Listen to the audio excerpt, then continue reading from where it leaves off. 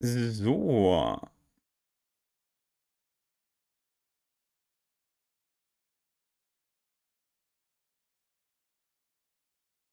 Hallo und herzlich willkommen euch.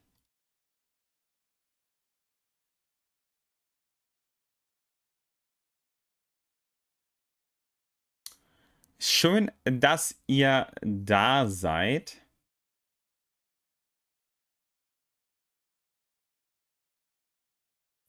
Willkommen zum ersten Palia-Stream. Palia wird jetzt das erste Mal einen Developer-Stream haben. Ihr könnt euch aktuell, glaube ich, generell nicht einloggen, Tienchen, weil die ja an den Accounts und sowas gerade so ein bisschen rumwerkeln. Ich glaube, derzeit kann man sich nicht einloggen. Einen wunderschönen guten Abend euch. Für alle, die nicht wissen, was Palia ist, wir haben einige Infos dazu auch schon auf dem Kanal gesammelt. Könnt ihr euch sehr gerne anschauen. Lohnt sich auf jeden Fall. Wird auch in 15 Minuten wird der Developer-Stream losgehen. Und generell gibt es jede Menge Infos auch als Videos schon auf dem Kanal. Und es wird ein sehr, sehr schönes, süß gemachtes Game. Ich bin sofort für euch da. Ich muss mir nur noch ganz kurz etwas zu trinken holen für den Stream. Ich bin sofort wieder da. Einfach einmal kurz warten. Bis gleich. Und hier werden wir dann gleich den Stream. In 11 Minuten geht das nämlich auch los. Dann starten wir da rein.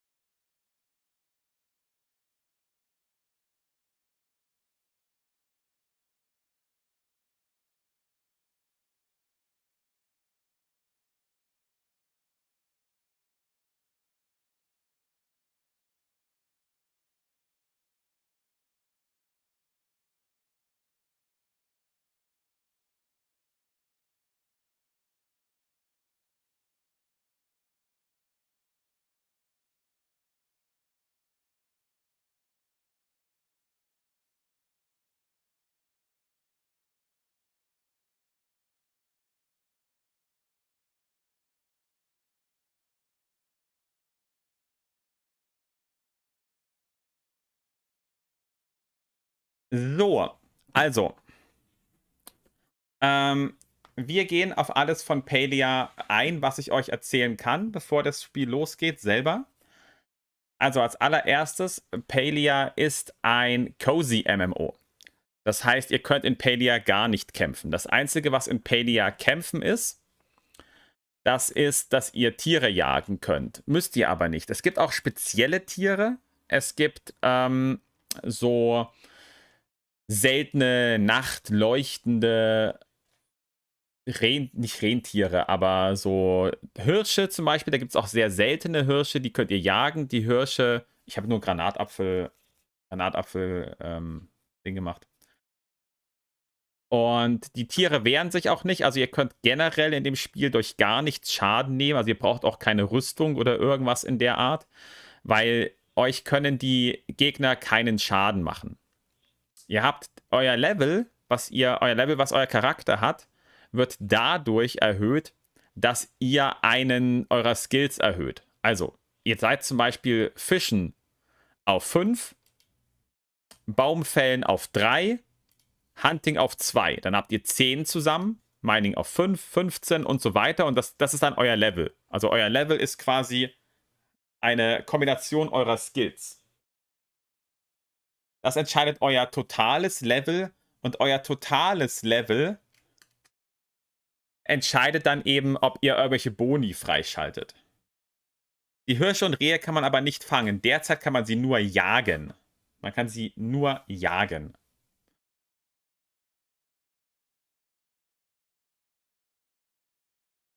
Pets und Mounts sind vorhanden? Nee. Also aktuell gibt es weder Pets noch Mounts im Spiel. Ist aber schon bei ihnen so auf dem Think-Brett. Also ich habe das schon erwähnt in unseren Gesprächen und auf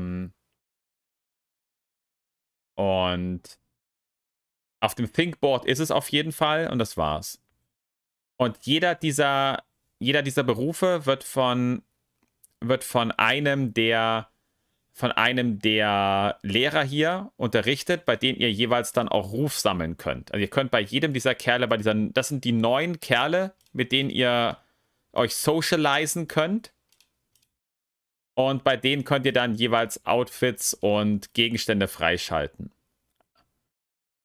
Aber der Gleiter ist nicht ein Mount. Nein, das ist auch der Gleiter, den wir bekommen über Werbe ein Freund, ist auch nur ein Skin. Das ist ein Skin für den Gleiter. Den Gleiter selber hast du auch schon.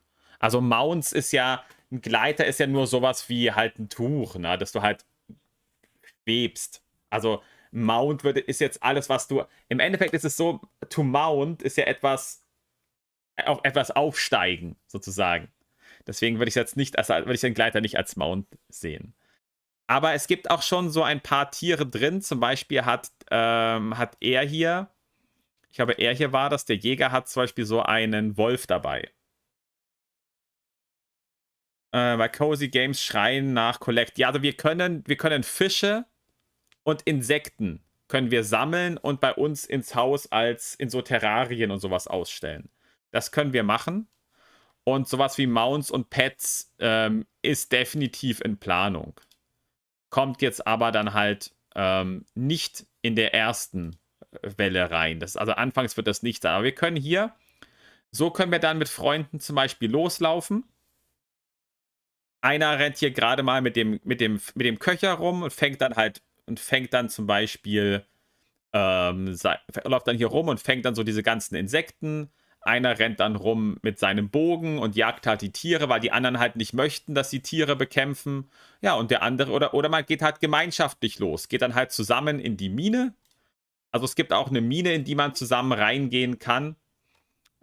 Sieht man auch zum Beispiel hier am Ende. Genau, hier hat man jetzt gerade mal gesehen, wie das Bug-Catching aussieht. Also das hier ist zum Beispiel der legendäre Hirsch, den es da zum Beispiel gibt. Den hier, der läuft anscheinend ab und zu da abends rum. Und das hier ist dieses Pokémon-Battle, dieses Bug-Catching. Und ihr könnt aber auch mittendrin in eine Mine gehen. Könnt halt hochklettern, rumfliegen. Die Mine, mal gucken, hat man die hier nicht auch gerade mal gesehen? Also es gibt, wie gesagt, eine Mine. Da, das hier ist die Mine. In der Mine kann man halt auch gemeinschaftlich zusammen rumlaufen. Animal Crossing lässt grüßen, ja. Also ich glaube auch, dass es vom Spiel her, stellt euch ein Animal Crossing vor mit einer großen Welt und alle sind zusammen drin, ohne eingeladen zu werden. Das Finanzierungsmodell ist, dass ihr euch Skins kaufen könnt. Dieses Outfit hier, was dieser Charakter trägt, das ist zum Beispiel einer der Pay-Skins. Wenn ich das noch auf dem Schirm habe, ist das Outfit, was der Charakter hier drin hat, das war, glaube ich, ein Pay-Skin. Also, dieser Look hier, das hier ist, glaube ich, ein Pay-Skin gewesen. Und die Pay-Skins, hey Konstanze, die Pay-Skins kosten von 12 bis 40 Euro. Und 40 Euro ist dann aber ein Dreier-Bundle. Du kriegst quasi für 12 Euro, oder nee, 30 Euro war es, genau, für 12 Euro einen Skin oder für 30 ein Dreier-Bundle der Skins. Also Dreier-Bundle heißt, du bekommst dann den Skin in 3 Varianten. Jeweils andere Farbe und ein bisschen andere Brille oder sowas halt. Wie kommt man in die Beta? Am besten, also am einfachsten kommst du in die Beta, indem du dich jetzt hier auf Sign Up klickst und dann picken sie bis zum 19. Also wenn du bis zum 19. nicht angeschrieben wurdest, bist du nicht in der Beta drin. Nur Skins, das ist alles. Das ist wirklich alles. Also du kriegst Skins aktuell auf 4 Weisen. Am Anfang erstellst du dir einen, dann durch Spielen des Spiels, dann bekommst du einen Skin, indem du sie eben bezahlst oder indem du sie freispielst bei den Charakteren oder indem du deine Level-Up-Coins benutzt. Wenn du Level-Up kommst, bekommst du zusätzlich noch eine Währung, mit der du in dem Skin-Shop einkaufen kannst.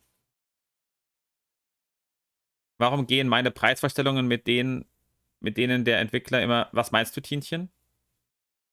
Das Spiel ist komplett kostenlos.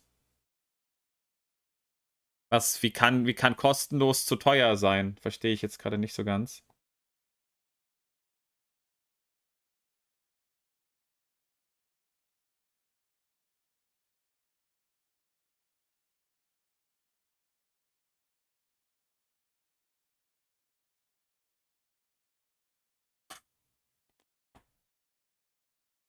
Ist man nur Mensch? Man ist nur Mensch, weil die Story... Ich finde 12 Euro für einen Outfit teuer. Findest du wirklich? Wenn du bedenkst, dass das gesamte restliche Spiel komplett umsonst ist? Das ist der einzige Weg, wie sich das Spiel finanziert. Das Spiel hat ansonsten keine anderen Kosten. Du kannst in dem Spiel nichts anderes bezahlen. Von daher finde ich 12 Euro nicht zu teuer. Weil das Spiel muss ja irgendwas einnehmen. Und guck mal, du hast ja hier, du hast einmal, das hier ist der Shop. Das sind aktuell, glaube ich, 20 Skins drin. Dann kannst du in-game dir total viele Skins herstellen, komplett for free. Dann durch reine Spielzeit bekommst du eine zusätzliche Coin-Währung, indem du einfach das Spiel spielst. Und mit der kannst du in einem zusätzlichen Shop dir Skins kaufen. Also, du kannst in-game kaufen. Du kannst Skins herstellen. Du kannst Skins durch Ruf bekommen bei den Typen. Und du kriegst Skins fürs einfach das Spiel spielen. Du hast quasi 1, 2, 3, 4 Skin-Shops, die kostenlos sind. Und einer mit 20 Sachen, die ich nicht mal schön finde, die Skins da drin, der ist der einzige, der nicht for free ist. Also, du hast hier als Beispiel 500 Skins oder so, die komplett erspielbar sind und 20 Pay-Skins, die nicht special sind. Und deswegen finde ich das völlig in Ordnung.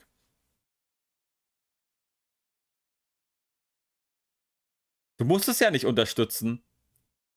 Und Tienchen, du musst das Spiel auch nicht unterstützen. Wenn ich das richtig gesehen habe, kannst du dir die Pay-Währung auch erspielen im Spiel. In dem Spiel gibt es auch Sachen, die billiger sind als 12 Euro. Das ist aber, ich habe dir einen Komplett-Skin gesagt. Du kannst dir auch einfach nur eine Mütze des Skins kaufen. Du kannst dir auch zum Beispiel von dem Skin hier einfach nur das Backpack kaufen.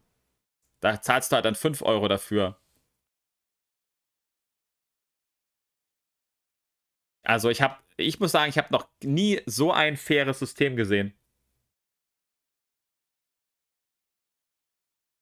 Die haben von vornherein, Kyra, ich habe mit denen über eine Stunde geredet und es gab nichts, was hinter der Paywall war. Gar nichts. Das haben die ja von vornherein gesagt. Die werden keine Zweiklassengesellschaft machen. Die haben von vornherein gesagt, keine Zweiklassengesellschaft. Warte mal ganz kurz. Nico will wissen, ob es Katzenohren gibt. Moment. Ich muss nachschauen. Ich muss kurz nachschauen, Nico. Ich hab mir alle Skins angeschaut. Warte mal.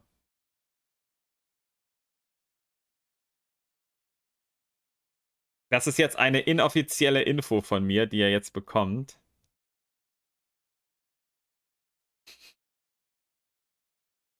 Also wir können noch kurz warten, weil der Palia-Stream geht erst in 15 Minuten los. Also ich gebe euch jetzt hier ein paar News, ob es Katzenohren gibt. Wartet mal ganz kurz. Ich guck mal kurz rein. Ich darf euch das nicht übertragen, ne? Also sorry dafür. Das darf ich aber nicht machen. Ich darf das euch nicht übertragen. Aber ich kann kurz nachschauen nach den Skin-Sachen.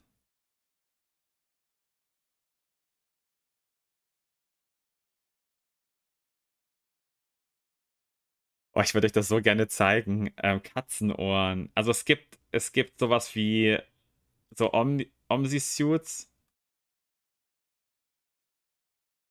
Übrigens heißt der Hauptskin, den die in dem Video hat, heißt Trailblazer. Ja. Also ich hoffe, dass die gleich den Shop zeigen, ne? Weil ich habe den Shop auch hier. Ich habe mir den Shop habe ich mir gescreenshottet. Also Katzenohren gibt es erstmal nicht, aber ich denke mal, Katzenohren könnte es in-game geben. Ich habe da niemand mit Katzenohren gesehen jetzt. Also, ist das ein Open-World-Game? Ja, es ist Open-World, Jay. Das kann ich euch kurz zeigen. Also,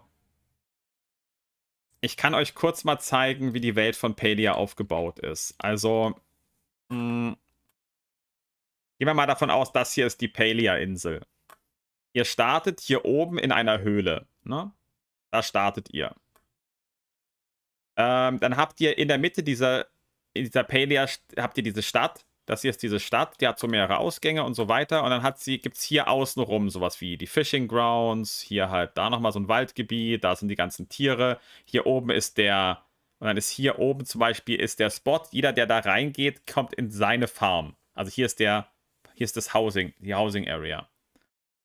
Und hier in diesem Bereich hier, in dem ganzen Bereich, sehen sich alle Leute gleichzeitig. Ihr könnt unterschiedliche Server wechseln. Also alle Leute sind in derselben Welt. Aber wenn 50 Leute simultan ist, wenn 50 Leute in Welt 1 sind, dann kommt ein Überlauf. Der Überlauf hat dann wieder 50. Der nächste Überlauf wieder 50. Aber ihr könnt jederzeit sagen, ich möchte lieber da rein oder ich möchte lieber da rein. Dann wechselt ihr einfach in den Channel. Ihr wechselt dann Channel 1, Channel 2, Channel 3, sodass wir halt alle in denselben Channel können. Sprachbarriere aus. Es gibt keine länderbezogene Server. Es gibt nur einen Server. Aber wir könnten zum Beispiel sagen, wir schreiben in den Global Chat rein, alle Deutschen gehen jetzt mal in Channel 50. Dann treffen sich in Channel 50 dann einfach alle Deutschen. Es ist nicht wie bei Star Stable mit den Servern, es sind Channel. Also, das heißt, wir sind in der Phase 50 der aktuellen Welt. Dann sehen wir nur alle, stellt euch bei Star Stable vor, wir sind alle auf Server 1, aber wir können bestimmen, wen wir sehen wollen, weil wir einfach wir gehen auf Server 1 Schrägstrich 40, aber wir können hier jederzeit einfach zwischen den wechseln. Ja. Nico, es gibt sowas in der Art. Ich darf es dir nicht genau sagen, aber es gibt sowas in der Art. Also so Tiermützen und sowas gibt's ja. Das gibt's. Aber direkt Katzenohren habe ich nicht gesehen, aber es gibt Tiermützen. Ich hoffe, dass sie den Shop zeigen, weil dann kann ich darauf eingehen. Ich finde das etwas blöd ohne diese Sprachserver. Es ist, glaub mir einfach, Jay, es ist so entspannter. Du weißt jetzt immer, dass der Server, zum Beispiel, du kannst halt von vornherein sagen, dass du immer bestimmen kannst. Dann kristallisiert sich einfach raus, dass die halt alle in einem Channel dann sind. Es ist halt besser so, weil bei Star Stable hast du dann, stell dir mal vor, du hast von vornherein mega viele Server, dann hast du halt manche, die einfach komplett leer sind und andere hast du dann, die total voll sind. Bei dem hier ist es halt so, dass sich selber die Anzahl der Server so aufteilt, dass es immer homogen ist. Und du kannst aber trotzdem, wenn du sagst, immer in eine deutsche Variante wechseln, jederzeit, wenn du das willst. Kann man seinen Charakter customizen auch nach der Erstellung? Ja, kannst du. Du hast einen Spiegel, bei dem kannst du dich immer anpassen. Ja. Wie viel wird das Game kosten? 0. 0 Euro. Das Game ist kostenlos, komplett. Ich hoffe, dass sie die Charaktererstellung zeigen. Ich habe ein Video hier zur Charaktererstellung. Das darf ich euch aber nicht zeigen. Das mache ich mal lieber schnell weg. Also ich habe das Spiel jetzt seit einer ganzen Weile schon gespielt. Es kommt nachher noch ein SSO-Stream, ja. Es gibt eine Hauptstory. Ich kann euch kurz die Story erklären. Die Hauptstory wird auch regelmäßig weiter. Die Hauptstory wird so wie Genshin aufgebaut sein. Das kann ich euch kurz zeigen. Also, für mehrere, ich glaube 1000 Jahre waren die Menschen weg von der Welt. Man weiß nicht warum. Ja, die Menschen waren weg. Wir selber tauchen urplötzlich wieder auf und sind einer der ersten Menschen, die in diese Welt reinkommt. Na, wir sind dann in die Welt rein. Wir bekommen dann eine Farm, um uns in der Welt heimisch zu fühlen. Wir wissen aber nicht, warum die Menschen weg sind. Und die Hauptstory ist es, ich weiß noch nicht, was ich hier gerade zeichne, by the way. Die Hauptstory ist es, rauszufinden, warum die Menschen weg sind. Oder warum die Menschen weg waren und wo sie hin sind. Das ist die Hauptstory. Alle 2 Wochen soll ein Content-Update kommen mit Quests, die die Hauptstory vorantreiben. Alle 2 Wochen. Alle 2 Wochen soll das kommen. Alle 2 Wochen soll Content kommen. Moment, warum?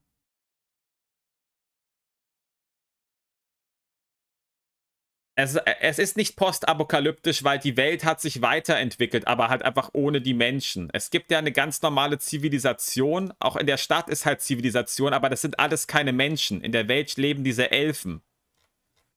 In der Welt leben diese lilanen Elfen. Das sieht man auch an den Charakteren, die es in der Welt gibt. Das hier ist die vorherrschende Rasse. Diese Elfen. Diese blauhäutigen Elfen oder oder hier die, was weiß ich, was das sind. Aber aber es gibt einfach keine Menschen mehr. Wir sind halt der erste Mensch.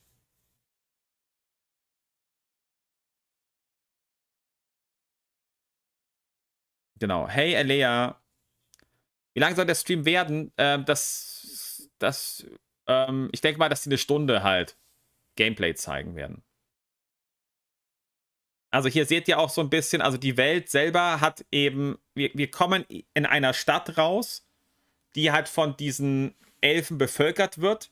Und wir sind als Mensch da halt komplett jemand Neues. Die kennen halt Menschen nicht mehr. Menschen sind aus der Vorzeit. Wir sind sowas wie Dinosaurier. Und wir müssen eben rausfinden, warum sind denn die Menschen überhaupt weg gewesen? Und wir finden teilweise alte Zivilisationssachen von den Menschen von früher. Im Endeffekt kann man sagen, die Menschheit ist warum auch immer verschwunden, untergegangen, was auch immer. Und daraufhin auf den Ruinen des Volkes der Menschen hat sich diese Elfenzivilisation entwickelt.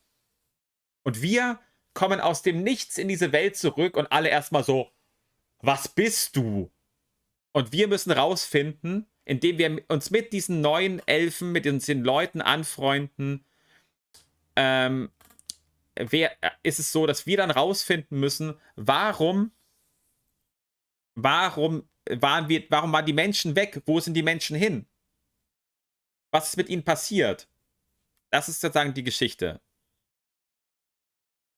Ich werde auch, Jay, ich werde zu allem, was wir hier in diesem Stream bekommen, werde ich ein Infovideo machen. Ich habe auch schon 3 Infovideos fertig, die ich raushaue, sobald die NDA fällt. Weil ich werde jetzt zu den Infos hier speziell nochmal einen machen, weil ich natürlich jetzt noch nicht weiß, was ich erzählen darf.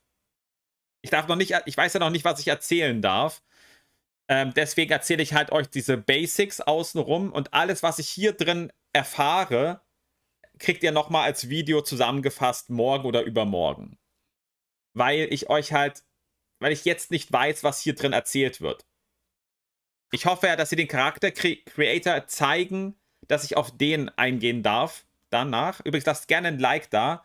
Und wir werden hier definitiv einen dicken Palia Community Hub aufbauen. Wenn ihr neu auf dem Kanal hier seid und Bock auf Palia habt, wir werden schauen, dass wir da richtig geil zusammen was aufbauen. Kommt gerne aufs Discord. Da verteilen wir auch gerade mit den Freundescodes das Ganze. Und ähm,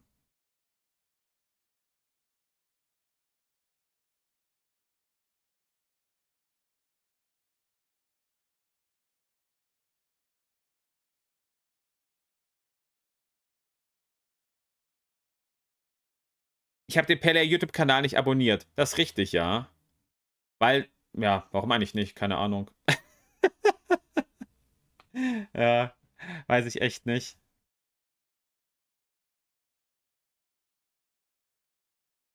Und es kommt eben auf Switch raus und hat Crossplay. Ja, also ich kann euch halt nur sagen, dieser Stream bestimmt jetzt im Endeffekt, was ich euch erzählen darf. Zusätzlich zu dem, was ihr jetzt schon wisst von mir. Also ich habe das Spiel jetzt eine ganze Weile gespielt. Ich habe das Endgame gesehen. Ich hatte den Endgame-Account von denen bekommen. Also ich weiß, wie das Endgame aussieht. Ich weiß, wie das Early Game aussieht. Und ich weiß ziemlich viel über über den ganzen Prozess des Games. Oh, wartet mal kurz. Wieso höre ich denn eigentlich den... Warte mal kurz. Ah, jetzt höre ich es auch. Genau, also ich weiß ziemlich viel von dem Game. Kommt die Beta gleich. Die Beta kommt erst am 2.8. Wie groß das Spiel ist, ja, kann ich dir sagen. Warte mal kurz, dafür muss ich aber wieder mal kurz meinen Monitor ausmachen. Denn ich kann es dir gleich sagen, wie groß Palia wird. Weil ich habe es ja installiert.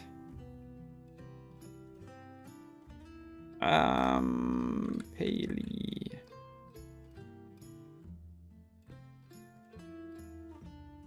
Ich muss ganz kurz schauen. Dateifahrt.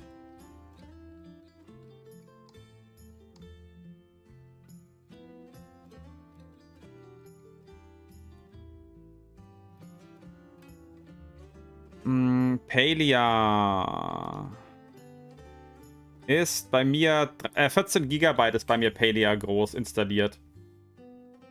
Also bei mir ist Palia 14 GB groß installiert.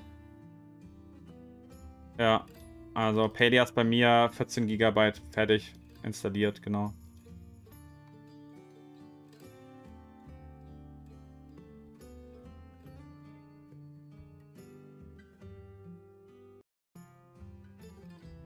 Ja, 14 GB. Wie groß ist die Weltkarte? Die ist gar nicht mal so groß. Am Anfang, die erste Karte ist diese Stadt, die ihr hier auch seht. Die Stadt und alles, was außenrum um die Stadt ist. Also die Stadt und alles, was außenrum ist der Startbereich. Und der ist erstmal so.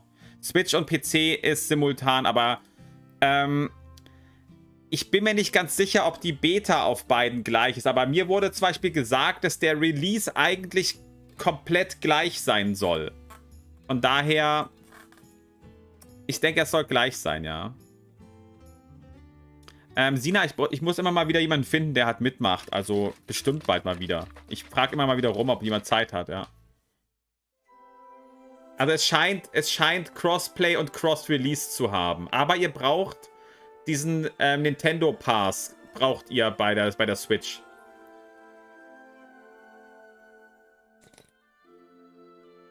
Also Mia, wenn du Star Stable packst, packst du auch das Game. Das Game hat weniger Anforderungen als SSO. Oh no, ich bin wieder am Leuchten. Ich habe wieder die 19 Uhr Leuchten. Also alle, die neu sind, ich habe immer 19 Uhr Leuchten. Weil die Sonne da drüben reinscheint. Okay.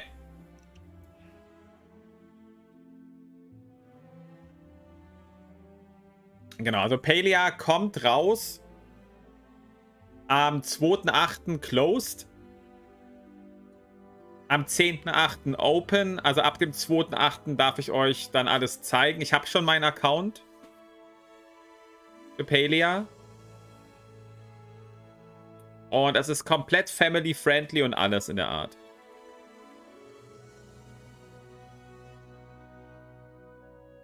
Genau. Also. Hello everyone and welcome to Palia's Game gameplay first look. I'm your host, Trisha Hirschberger, and I could not be more excited to walk you through the world of Palia. Now, today we are here with Singularity 6, Ist er nicht developers cool? of the game, and I know everyone is so excited because we've just Übrigens, recently announced mit ihm hier that hatte ich the mal ein beta Interview. is Mit coming ihm hatte ich for den Palia. Videocall. This is the time, but today will be the first time that we are showing Palia gameplay. Er hat sich über eine Stunde Zeit genommen für mich. Thank you all for being here. Let's meet our panelists. First up, we've got Palia's game director and creative lead, Aiden. Welcome to the Warte mal, Aiden ist der Game Director, also der ganz obere, und der hat sich für jeden, Creator hat er sich eine Stunde Zeit genommen, für jeden Einzelnen. So excited, Aiden. Thank you for being here. Nicht so krass. Aiden, we've got the scribe behind Palia's lore, villager characters, and the game's evolving world story, Olivia. Olivia, thank you for being here today. Thank you. I can't believe I'm actually sitting here in the Ormushorn Inn. The Ormushorn is a big hub for our villagers and players in the game, and it's just surreal to be here. Ja, sie sitzen gerade im Startgebiet sozusagen, in dem Pub. Diese Plüschtiere gibt's übrigens zu kaufen. Diese Plüschtiere gibt's zu kaufen und es wurde gemunkelt, dass jeder Creator eins geschickt bekommt. Palia's senior director of production, who makes your in-game characters look gorgeous. Welcome, Ambrielle. Thank you so much. It's been really hard to wait all this time and not be able to say anything, so couldn't be more excited to start sharing with all of you today. So since the excitement is so high today, in case you've missed it, let's go ahead and take a look at Palia's beta announced trailer. Jetzt kommt der Trailer nochmal. Während der Trailer läuft, können wir nochmal so ein bisschen drauf eingehen. Also, das komplette Staff-Team ist jetzt hier drin. Also wir haben den Head Developer mit Aiden. Wir haben die Top-Schreiberin, also die Lore-Schreiberin, den Character-Designer. Ich habe die letzte jetzt nicht genau drin. Die sitzen in der lokalen Kneipe sitzen sie jetzt drin. Und Aiden hat sich halt komplett die Zeit genommen, um mit jedem Einzelnen zu reden. Und sie haben am Anfang schon mal gesagt, so dass sie jedem Creator wahrscheinlich so ein Plüschi schenken möchten. Und das ist halt der Trailer am Anfang jetzt hier. Den habt ihr ja schon vielleicht gesehen. Den gibt es ja derzeit schon. Und alles, was wir halt jetzt haben an zusätzlichem Content, das wird halt jetzt nach dem Trailer kommen, genau. Also was man halt sagen kann ist, das hier, was sie trägt, ist dieser Skin, den sie trägt, kostet, ich glaube 15 Euro kostet der Skin. Der hier, das ist einer, also alle Skins hier außenrum, das hier sind alles Free Skins. Und der Skin ist 15 Euro. Also den sie da trägt. Aber es sind auch, also alles, was ihr hier ansonsten an Skins seht im Trailer, das sind alles Free Skins. Nur der eine, den sie hat, den hier, das ist der 15-Euro-Skin. Das, was die hier trägt.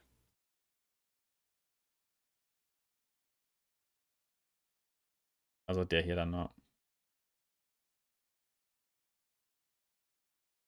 Aber es gibt halt auch echt genügend Free Skins, die wirklich sehr, sehr schön sind.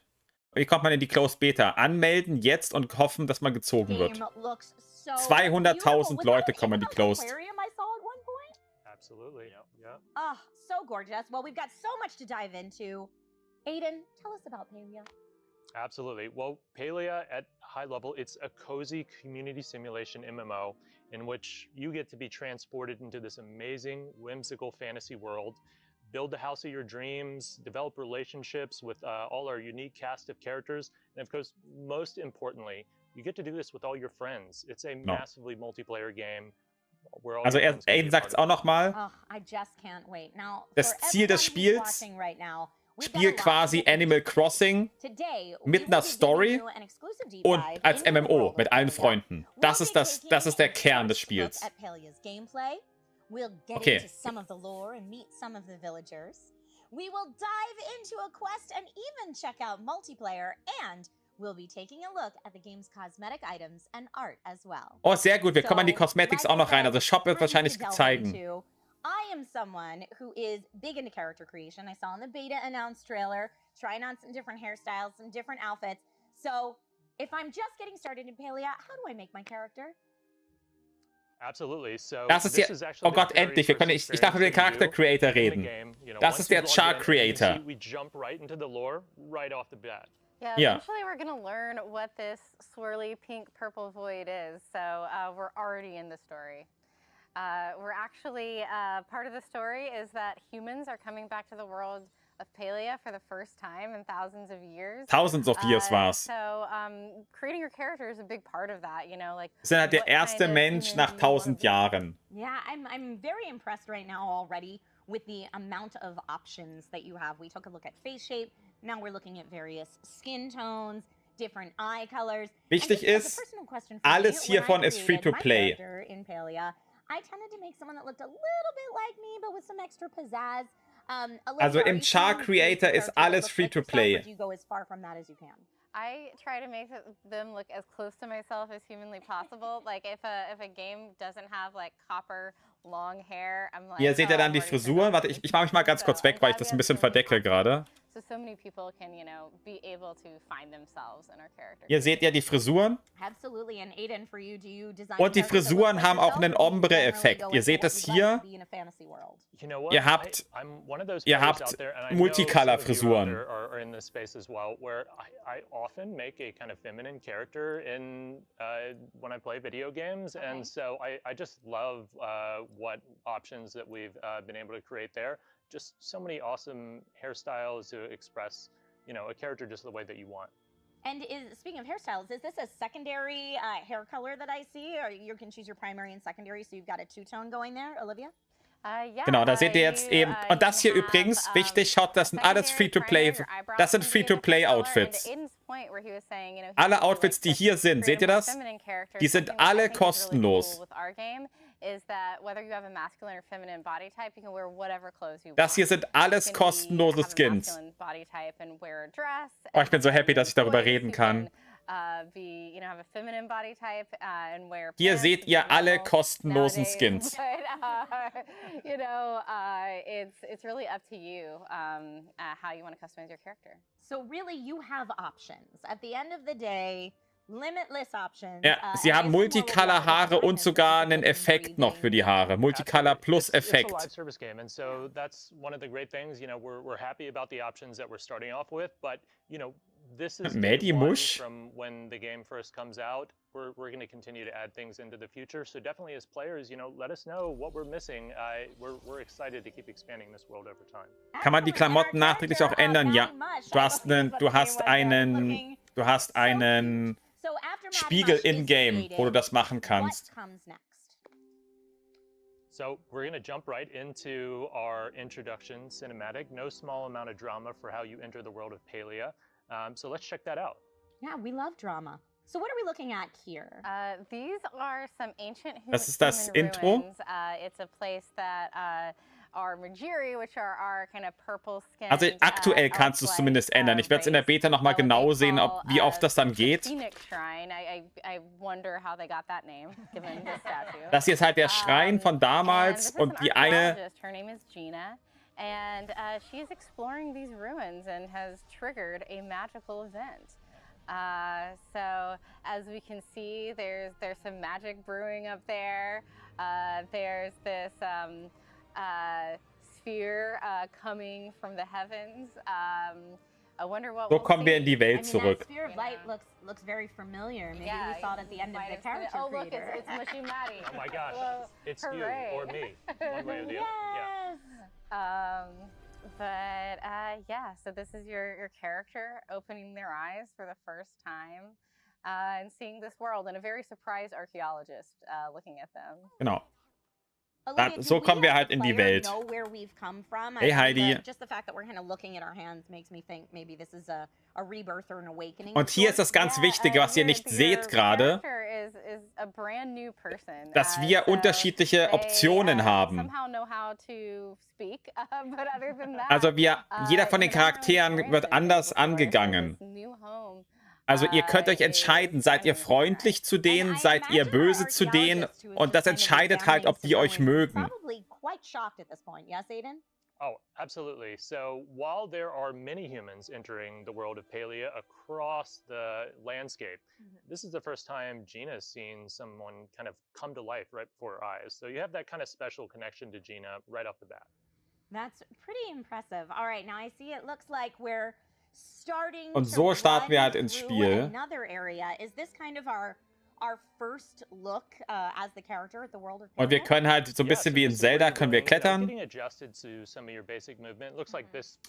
Hast du vorhin was mit Pass gesagt? Ich meine die Online genau, auf der Switch braucht ihr die Online-Mitgliedschaft. Und das hier ist übrigens die Welt.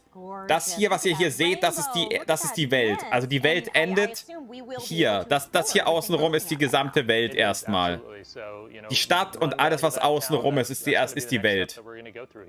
Okay, perfect. And does that town have a name, Olivia? Yeah, it is called Kilima Village. So the root word is similar to. Also das ist die Welt. Kind of just help you pronounce it there. But it's a small town. Used to be a bigger trade hub, but kind of has dried up. Sleepy little town. We've got 23 people living there, and you know. I think those like small town vibes can be really cozy, which is a feeling that we want to evoke throughout the game, is like coziness. So sieht die Welt aus. Ihr könnt immer, ihr habt Wettereffekte. Ihr habt, es wird auch Klimawechsel kommen mit den Jahreszeiten. Ihr habt einen Tag-Nacht-Zyklus. Ihr habt hier oben rechts Tag-Nacht-Zyklus. Ein Tag ist eine Stunde. In order to kind of get their housing plot to get themselves set up, they need to talk to Ashura. Ich hoffe, sie zeigen die Karte gleich mal, das wäre super. Is kind of like the dad of the village. He used to be a war hero, but since then has become a pacifist and opened up this inn. Und das ist halt die Hauptstadt, also die einzige Stadt am Anfang zumindest. The inn's really small and can't, you know, house hundreds. So sieht die Stadt aus. Hier habt ihr die ganzen, den Town Square Spot. Well, that's very kind of Ashura. I notice we're also walking past some other villagers. Maxwell, are you the type of Und hier würdet euch alle gegenseitig sehen. You want to talk to all the villagers, or are you going right for the quest? Die Welt könnt ihr unendlich erweitern, natürlich. Ist auch der Plan. Genau. Von ihm hier kriegt ihr jetzt dann euren ersten Plot. Und hier seht ihr auch bei ihm. Oh yeah, I think Ashura's design is really awesome. It's cool to see. Ihr seht jetzt hier halt wieder nicht, dass ihr ihn wieder auf 3 Arten ansprechen könnt. You can really tell what his background was like, but he's got, you know, the rolled up sleeves and the apron now. He's got a very soft expression, so yeah, you can see where he came from, but also he's a nice father figure now, like Olivia said. I love all the details of the character that you just see in the visual design. I think the art team and the animation team has done a great job bringing all that stuff to life. Yeah. Really great. So incredible, and so incredible of Ashura to Da seht ihr die welcome Karte. new Hier. players Oh. to this world. So I saw there we took a look at a map really quickly, and then it took us to this new area. Is Und this das hier ist just euer outside Housing of the Plot. village, Aiden? Yeah, so we did do a quick fast forward there, Okay. so no teleporting through space in the game in quite that way. But this is Hier your seht ihr housing auch, guckt hier. Hier seht ihr immer, mit welchem Element ihr ihn ansprecht. Jedes Element hat halt eine gewisse Emotion. plot. So this is really going to be, you know, not aspirational to start, but this is where so much of the creativity comes. Darf man die Sachen aus der Beta bearbeiten? Es wird nichts zurückgesetzt. Die Beta ist wie ein Headstart. Wenn ihr in die Closed Beta kommt, wird nichts zurückgesetzt. Wenn ihr ab dem zweiten spielen könnt, dann könnt ihr alles behalten. Ich bin unfassbar begeistert, Yvonne, bisher. Ich finde, meine Begeisterung, Yvonne, derzeit ist enorm. Ich bin viel zu begeistert von dem Spiel derzeit. Okay, wonderful. And then does he provide us with the axe Ja, and the pickaxe? genau. Is that something we need to craft? Ihr müsst hier, er gibt uns halt die Axt am Anfang. Du kannst alles nachspielen, Jörg. Du kannst alles nachspielen. Es ist alles easy nachspielbar. Das hetzt dich niemand in dem Game. Es ist genau, das hier ist dann, wenn du alles sauber gemacht hast, deinen Plot. A whole plot. Aiden, what type of player are you? Clear the minimum or clear it all? You know, you start off with this space inside of the fence, and I always feel inclined to just kind of tidy up a little bit before I jump back into the quest, you know? So I can really empathize with this player here, so. I get it. Olivia, do you clear the full plot, or are you going right for placing the tent? I go right for the minimum. In fact, sometimes I'll build the tent and realize I don't Genau, have da a seht ihr auch diese Kiste. Das hier ist die Baukiste. Ihr könnt ein Raster einstellen. Ihr seht hier dieses Raster. Ihr könnt sie am Raster platzieren oder nicht. Naja, du kannst nicht wirklich böse sein. Du kannst sie halt ein bisschen motziger begegnen den Leuten. Und dann baut ihr hier die Sachen. That enters you into a placement mode, surprise, surprise. And you know, you can rotate items, and eventually this will get much more robust. You can even hide the grid and place things precisely exactly where you want them. Genau, also ihr könnt die Sachen am Grid, platzieren, also an dem Raster platzieren oder frei platzieren. Also ihr seht jetzt hier, das ist jetzt am Raster platziert, ihr könnt aber das Raster auch ausstellen. Und diese Kiste hier, das ist die Verkaufskiste. Alles, was da reinkommt, wird halt verkauft. It's a good thing to make pretty early on. And, you know, as you're collecting things, one of the really cool things we added pretty early on is you can actually use the crafter and craft materials straight out of your storage bin without having to pull them out yourself. Genau, das hier ist euer Bauplot. Da seht ihr, was ihr halt freischalten könnt. Übrigens auch alles kostenlos, ne? Ihr könnt auch alles kostenlos freischalten, hier das Äußere. Das kostet auch nichts. Two main views. You can do things in the 3D space, but for really large objects, it's really helpful to use that top-down view that you by default. Und das ist dann eben euer erstes kleines Zelt. And that allows you to just kind of flip in and out. What's the best way to customize? You want to get a different look at things. Es ist auch ein ähnliches, es ist auch Stardew Valley-like, ja, natürlich. We are able to start Paleo with a pretty large tent. It's kind of surprisingly large, isn't it? You're like, oh, I think I could actually put stuff up in here. You know, wanted to give you some space where you can actually, you know, make it your own. Yeah, well, that's very generous that we get to start off with that. So thank you, Ashura and Hodari, for setting us off on a good first footing. It's more like glamping than camping, you know? It is definite glamping. Okay, so that was awesome to take a look at. After this, can we go back into Kilima Village and take a tour? I know we saw a little bit of it when we first went through to meet Ashura, but let's really take a deep dive into Kilima Village. Let's see what we've got. So, hier sehen wir auch nochmal jetzt das Dorf eben. Also wichtig auch nochmal ist, dass ihr in diesem Dorf hier, da seht ihr alle Leute, die ihr auch in diesem Dorf seht. Ihr könnt auch eine Gilde erstellen, alles halt. Also Gildenclubs gibt es auch hier.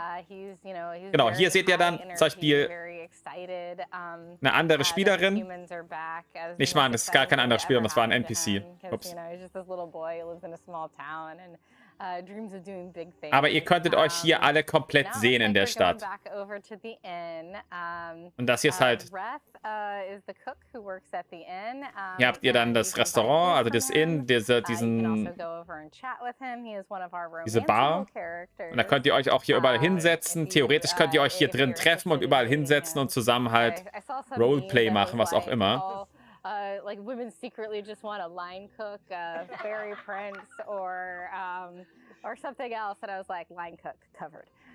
Honestly, Olivia, there's so many interesting characters that we've seen already in the game. I was going to ask you. Und hier seht ihr so ein bisschen die Größe der Karte. Also answering that question that I'm sure is burning within a lot of us. Yeah. But yes, dating a cook, I think, is a lot of folks' dreams. So what else are we seeing here in Kilima Village? Also das ist so die Außenwelt. Ihr seht es. Hier, wenn wir mal gucken, die also hier hinten endet die Karte, hier an diesem Gebirge. Und ungefähr so weit könnt ihr einmal außenrum um die Stadt, ist das erste Gebiet.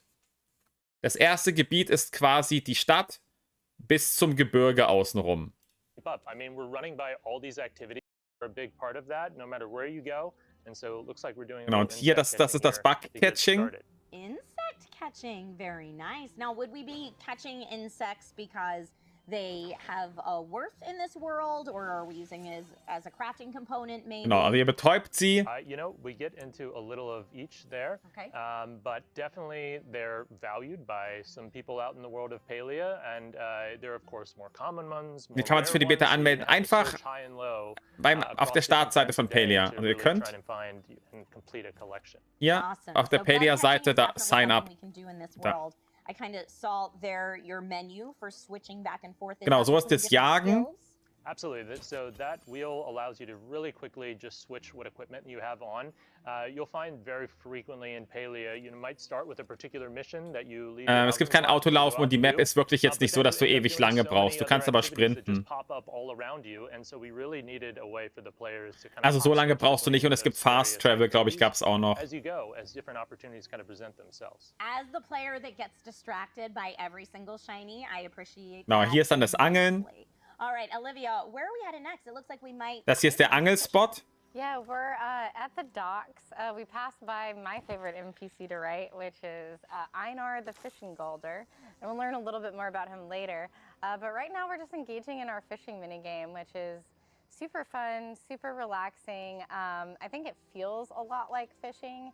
And it's not as frustratingly hard as some fishing mini games are. Although, if you're trying to get the chase fish, it can get a little bit difficult.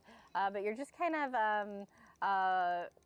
trying to line that little parenthesis up with the fish. We call it the safe zone internally. Yeah. Okay. You know, that's one of those things. I'm like, the player base will think of a name, and no matter what we call it, it'll. Genau, da seht ihr sozusagen ungefähr, da seht ihr auch, warum man nicht so lange braucht, weil das ist jetzt der Angelspot, ist die eine Kante, also das hier ist die eine Kante und da hinten, da bei dem Wasserfall ist die andere Kante von der Map.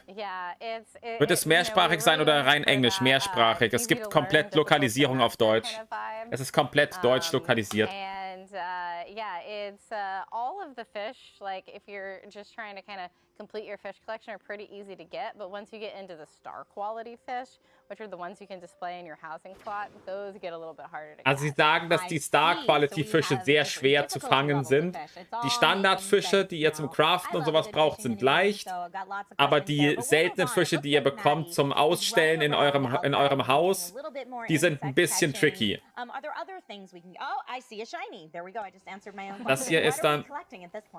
Das hier ist dann einfach so. Genau, hier habt ihr übrigens, da oben ist der Store, da könnt ihr die Emotes kaufen.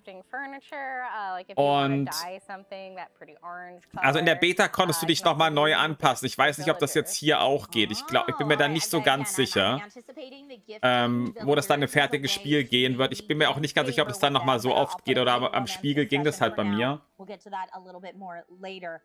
But I see that Maddie is collecting quite a few things at the bottom. Can you kind of talk to me a little bit about the interface? Ich habe es nicht mitentwickelt, ich habe Feedback dabei gegeben. Also ich bin nicht Teil des Entwicklerteams.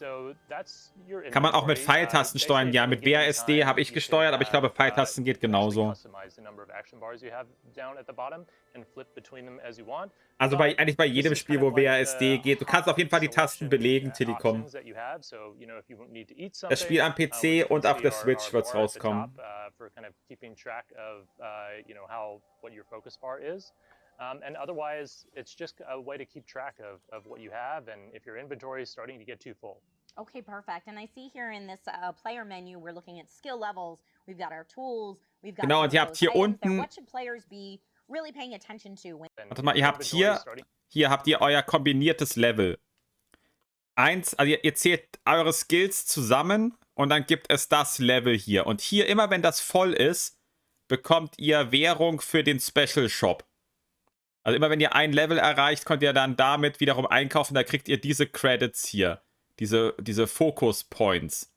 Das hier ist das Ingame-Geld. Das sind die Focus Points. Und das hier sind die Palia Credits. Going to have some cool rewards, new gameplay, new content for you to access as you progress through there.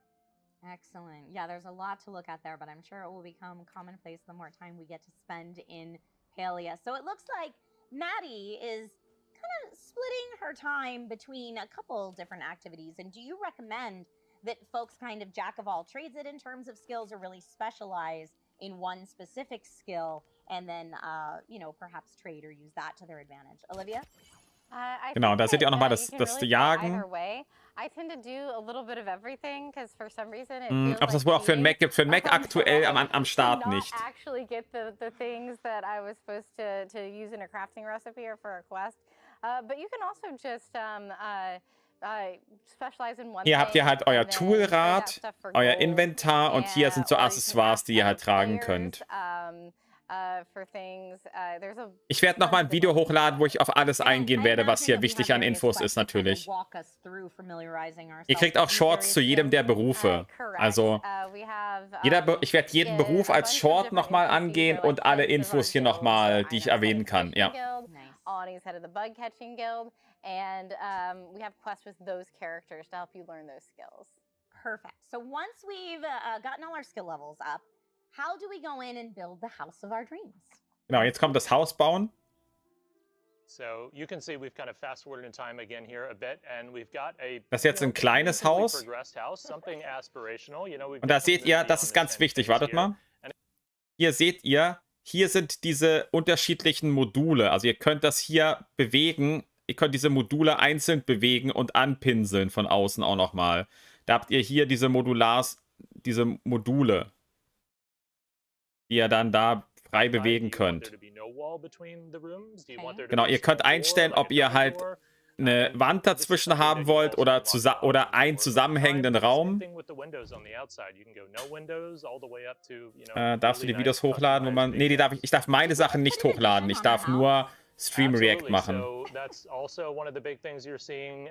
Again, mentioned that this is kind of an early game. You can have a mansion if that's where you want to take this experience to. Add a bunch of additions to it. But yeah, as you add those, acquire new rooms within the city hall.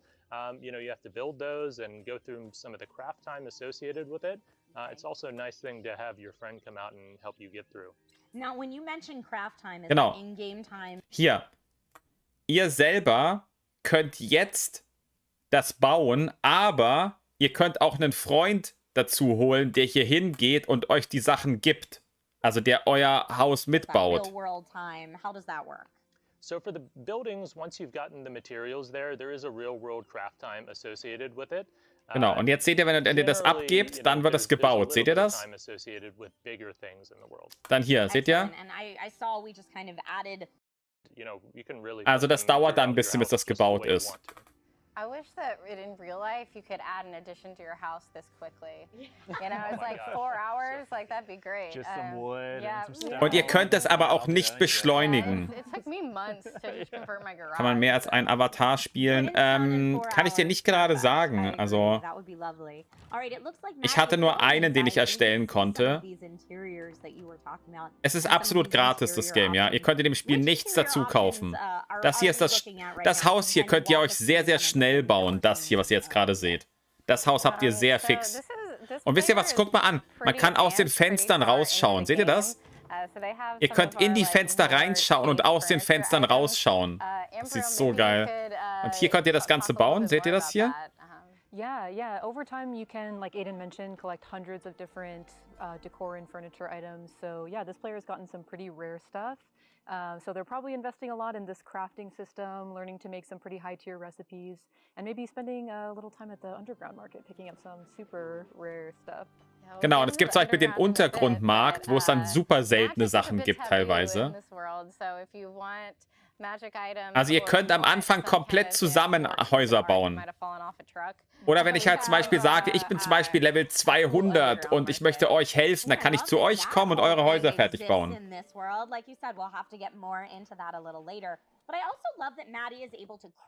Das kommt am 2.8. raus. Also 2.8. ist die Closed Beta. Genau. Furniture, you gather the resources or trade for them, and then you craft your own furniture. That's really cool. So what is Maddie making right now? So the Choppa is one of been the most popular characters as we've been developing the game, and so of course there are a ton of Choppa themed items, wallpapers, all sorts of things that you can find in that theme. And, da könnt ihr zum Beispiel Sachen platzieren. Ihr habt doch da komplett die Möglichkeit, das sehr frei zu platzieren. How beautiful. And again, look at these placement options. Wir werden auch einen langen So, Release-Stream Olivia, can you machen. walk us through once Am you've created 2.8. something, gibt es what einen is the langen process to then Release-Stream, wo place ich it euch in the nochmal alles genau im Spiel It's zeigen pretty werde. straightforward. You can either have the in-world view, like what you're seeing now, where you just click on the item and you can move it along to select on the grid, or you can actually place anything in that top-down view, which sometimes like a really big piece like the gazebo, I kind of prefer to do in the top-down view. Totally. Very cool. And this house looks so beautiful. I feel like Maddie, yes, is making this house gorgeous for herself. Schaut mal, ich finde dieses but aus dem also maybe Fenster wants to rausschauen, have finde ich halt auch friends sehr, over sehr and geil, ne? entertain. How does that work? Und ihr seht gerade, as ihr habt da far immer as diese if Möglichkeit, someone das is zu friends to come over platzieren. your house, or maybe there are friends that you don't want to come over your house. So permissions are a huge deal. If you remember that top-down view, there's a pull-down menu at the top there where you can set permissions on a per-player basis. And so by default, you know, a visitor just has a small number of activities that they can do with you on the plot. Genau. But you can upgrade them to editor status, which allows them to do things like move things around. Ich muss euch was zeigen. Hier. Hier könnt ihr Default Slot. Hier könnt ihr einstellen, was die Leute machen können bei eurem Haus. Ihr könnt einstellen, dass alle Leute, die euch besuchen, Editor-Status haben. Damit können sie selber euer Haus mitbauen, wenn ihr sie auf Editor-Status stellt. Oder auf Default könnt ihr nichts anderes machen, als sozusagen reinkommen und ein bisschen Sachen abbauen und so. You might have other people that maybe you have a totally different vision, a totally different fantasy that you want to chase together. And so we actually have the option where you can have multiple housing plots and set different permissions for other players on each of them. So a lot of control for the kind of like social access and experience that you're having with other players in the game. I love that. And so there's no like PvP where someone could come destroy my home after I've crafted it just the way I want to. No, you know, you're giving somebody, if you give somebody editor status, they can move things around. So it is something, you know, you want to give to somebody that you trust and you want to have, you know, that kind of shared experience with. But there's no way that they can come in and destroy items. Genau, also Leute können mit Editor-Status, also was der höchste Status ist, können sie Sachen nur bewegen. Okay, great. Sie können nichts kaputt machen. Absolutely. Cozy vibes going throughout everywhere. Okay, perfect. Getting this hanging plant exactly. Und hier seht ihr eben halt ein bisschen was von dem Baumenü. Und ist das nicht geil gemacht, oder? Ich finde, das Bauen ist mega schön. Was meint ihr dazu? Wie sieht das für euch aus? Wie findet ihr das? Is there a limit to that at this moment? It's definitely more than 2. So that's really cool. So you can really have that communal aspect with friends and make your own little town plots, if you will, of sorts. That's I like very that. cool. Town of plots. Town of plots. There it is. I also, in games like this, really enjoy gardening, and I think a lot of folks watching can probably relate to that. So what do we have in terms of gardening? Olivia, walk us through what we're seeing just now. Ja, du kannst es ja super reduzieren. Du kannst es du kannst ja einstellen, dass sie nur kommen können, um deine Felder zu bestellen, ne? The hoe that allows you to till. I like how like therapeutic. Das ist jetzt hier dann die Gartenarbeit, wie ihr seht. It's very tactile. After that, you can plant your seeds. Maddie has a good variety of seeds. She's got tomatoes, she's got onions, she's got carrots. And a cool thing about if you rotate your crops like that is you actually Das weiß ich nicht, Tienchen. From like the tomatoes being next to the carrots. So if you're a min-maxer, you can do that. Or if you just like the look of like one particular crop. Das kann ich dir nicht sagen, Tienchen. Dazu habe ich keine Fragen gestellt. There's a lot of freedom in our gardening system, which I really like. All right, I want to hear more about min-maxing the garden. When it comes to, are these things we have to self-discover in the game, or do we get clues throughout Palia about where to position your crops to get these bonuses? I think Maxwell might do a good job of answering that. Yeah, we try to make sure players are able to discover this themselves and expose that information. It's not hidden to you. And so we see the examine key there. Da seht ihr halt auch nochmal, wie das die Gartenarbeit funktioniert. You'll be able to see the buffs that are being shared, as well as if you look at the seeds in your inventory. Chat-Überwachung, Bot oder Ingame-Support. Ich glaube, es gibt auch Ingame-Support, wenn ich mich nicht ganz vertan habe, aber das will ich jetzt nicht bestätigen. Das weiß ich jetzt gerade nicht. Maddie's gonna get some water in her watering can and then hop on over and make sure that the plants are well watered and ready to grow. Well taken Das kann ich care jetzt of. nicht This genau thing will not sagen. grow if the soil is not watered. This is perfect. So, is this done one square at a time? Ausdauer hast du nicht im Spiel, Nico, nee. Or is that getting into spoiler territory and we shouldn't talk about that? Ausdauer hast du nicht. I think we could talk about it. Yeah, starting out, we're going to give you some simple tools to get you going, but as you engage in the various skills, eventually you'll be able to craft higher tier of each of the tools, and so you'll get a better water. Oder warte mal, ich weiß gar nicht mehr. Irgendwas hast du noch machen können mit Ausdauer. Ich bin mir nicht ganz sicher. Ich glaube, die Ausdauer war das hier oben. Ich bin mir nicht mehr ganz sicher. Ich glaube, irgendwas musstest du noch machen. Genau, siehst du, da geht die Ausdauer weg. Siehst du? Fürs Abbauen geht es weg. Für Abbauen geht Ausdauer weg. Pflanzen kostet nichts, Abbauen kostet Ausdauer. Something that typically you'll start again, so you have to put seeds down. You can get seeds from a variety of sources in the game. Buying them at the store is kind of like the default basic. But we also have different kinds of seeds, like our tomato plants. You see, we just harvested those, and they're going to regrow again. So you actually don't have to go back to the starting phase until you've done several harvests on a tomato plant. This is where the min-maxers have spent a lot of time trying to spreadsheet out their plots to figure out how they can maximize kind of their earnings over a period of time. It was really cool in the alpha to see players. Genau, da seht ihr das mit der Ausdauer. How they were min-maxing the various spaces and kind of sharing that information. There was like a whole template that got developed for people thinking about this. And of course, this is a live service game, so it's going to continue to evolve. So expect us to shuffle up that meta from time to time. Yep. And I love how much you guys, saying y'all as Singularity 6, really do listen to the Genau, es ist doch Ausdauer, ja. Feedback. So when you get grids and stuff like that, when you see players sharing those kind of things in the alpha, genau, und da seht ihr Sachen zum Verkaufen. Oh, absolutely. It would be hard to understate the impact of the alpha phase that we've been in. We've done multiple external playtests through that, gotten so much great feedback, ideas. It's something that we pay a ton of attention to. So I really just wanted to say for a moment, thank you for everyone who has play tested and helped improve Palia over time. And for those of you who haven't gotten to be a part of it yet, we've just been developing this arm and getting adjusted to having players be part of the experience. And this is something that's going to continue as we go into the. Und da habt ihr dann immer diesen Bereich, wo den ihr dann da verlassen könnt. Und wie kann man Ausdauer wieder auffüllen? Ich glaube, also entweder durch Essen oder eben am nächsten Tag. Ja, also Jahreszeiten haben wir drüber geredet in dem einen Interview. Und ich glaube schon, dass das geplant ist, ja. Das wird jetzt am Anfang noch nicht direkt drin sein, aber ich denke mal, das dürfte drin sein, weil Wetter ist ja schon in der Art drin. Und daher würde es mich wundern, wenn keine Jahreszeiten kommen. Ja. Muss der Avatar essen, schlafen, trinken und kann man auch sterben? Nee, also sterben nicht. Das Einzige ist Ausdauer. Du kannst irgendwann einfach nicht mehr arbeiten. Dann musst du schlafen gehen oder halt essen. Genau. Das ist der Samenhändler. This is Zeki. He is a Grimulkin. The Grimulkins are Grimulkin from outer space. They're like libertarian space pirates, and they run.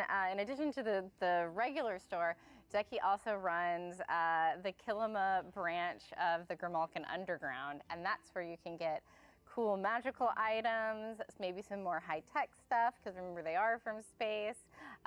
So if you want some technology that's not something that would usually be available in like a small Genau, bei dem könnt ihr dann die Samen und sowas kaufen. Übrigens, das Spiel gibt es auch auf Deutsch, also keine Panik, dass es hier auf Englisch ist. My favorite characters to write. I love his animations. I love his sense of humor. And Olivia, as our lore expert here on the panel, can you tell us again why some items might be more underground than others?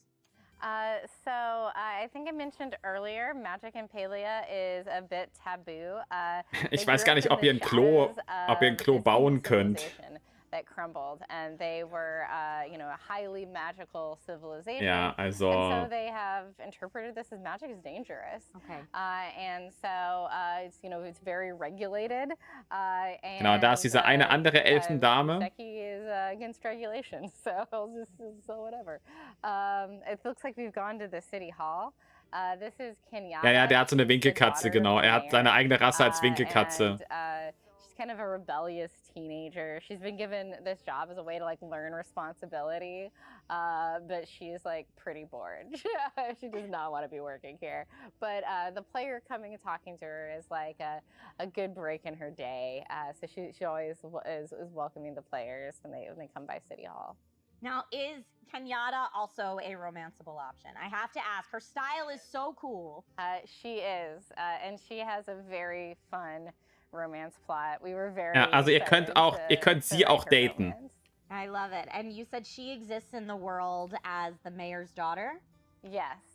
Sie ist nämlich die Tochter des Bürgermeisters und ihr könnt alle von den NPCs auch romanzen. Also daten. Ihr könnt nicht sie heiraten. Es wäre auch komisch, wenn einer nur sie heiratet quasi, aber ihr könnt sie halt romanzen. Also es gibt nur so Romance Options. Genau. Also es gibt 9 Charaktere, die geromanced werden können.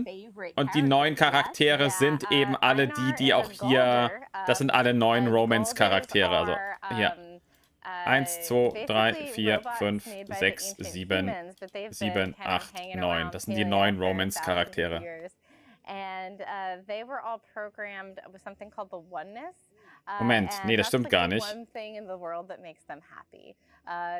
Es sind 9 in der Stadt, das sind nicht alle die hier, aber das sind die Berufsleute, genau. Loves to like take care Ja. of people. She used to be a nanny back in the day, so she's very caring, very loving. Gilt das für alle Genders? Ja. Ihr könnt auch genderübergreifend romanzen. Ja. It has become a little bit disconnected. So, like, if there was a Galder who wanted to, or who was made to build houses, now they might say, like, stack rocks by the beach and watch them fall. Because the oneness is in the act of doing the thing, it's not in the results. So I think that it's like a cool way to kind of talk about Dankeschön like, für eure one Likes. thing that you really love and how that can evolve over time. I love that. So it's like they're programmed with a passion, Genau. Yes. but not with an end goal. Ihr habt ja auch gerade gesehen, And how that can evolve over time. dass ihr hier bei dem Charakter seht, wie befreundet ihr seid und wie geromanced ihr seid. Und hier könnt ihr dann eben ihm auch Geschenke geben, um die Charaktere weiter zu romanzen. So it's like they're Und halt Sachen auch bei ihnen freizuschalten. Hier habt ihr auch nochmal die Emotes, die ihr belegen könnt. Und hier seht ihr die Romance-Sachen. Und da seht ihr auch hier, dass ihr Sachen freischaltet über Zeit.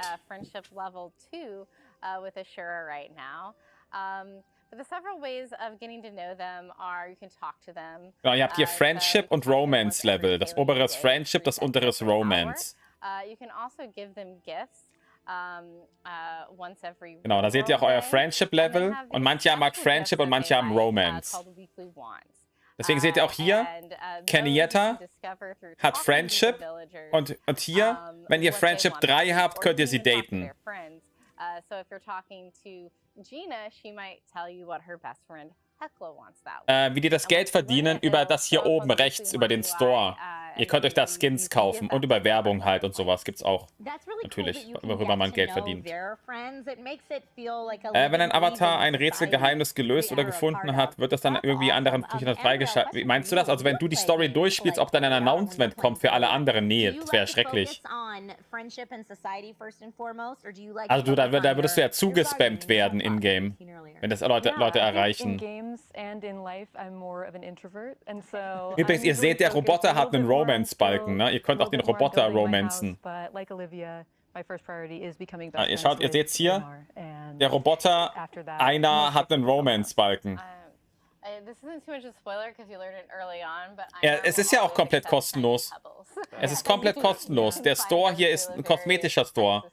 für Cosmetics. I'm pretty much always holding Da at ist least nichts one. drin, außer dass du deine Optik verändern kannst. Aber das So, ist, I have das to ist ask, überhaupt does nicht every relevant villager fürs Spiel. meet, has their own friendship meter? Are they Das all Spiel, das romanceable? Spiel ist They're not all 100% kostenlos. romanceable. Okay. They're all friendable. So we Okay. wanted the main way that you get to know characters to actually be through their friendship, because you can have like really great relationships with people that you're not romantically involved Ja, genau. with. Tisch ist auch, also Tisch ist auch So datebar. like their main story is their friendship, but certain characters also have a separate romance Das ist that you die, can unlock. die once you Möbeldame. have friends with them, you can give them a romantic gift and enter in that Und ihr romance, seht auch, dass and die that zum Beispiel unlocks the Weekly story. You can always Likes see that in haben. the UI. Du willst alle daten, kannst du auch machen.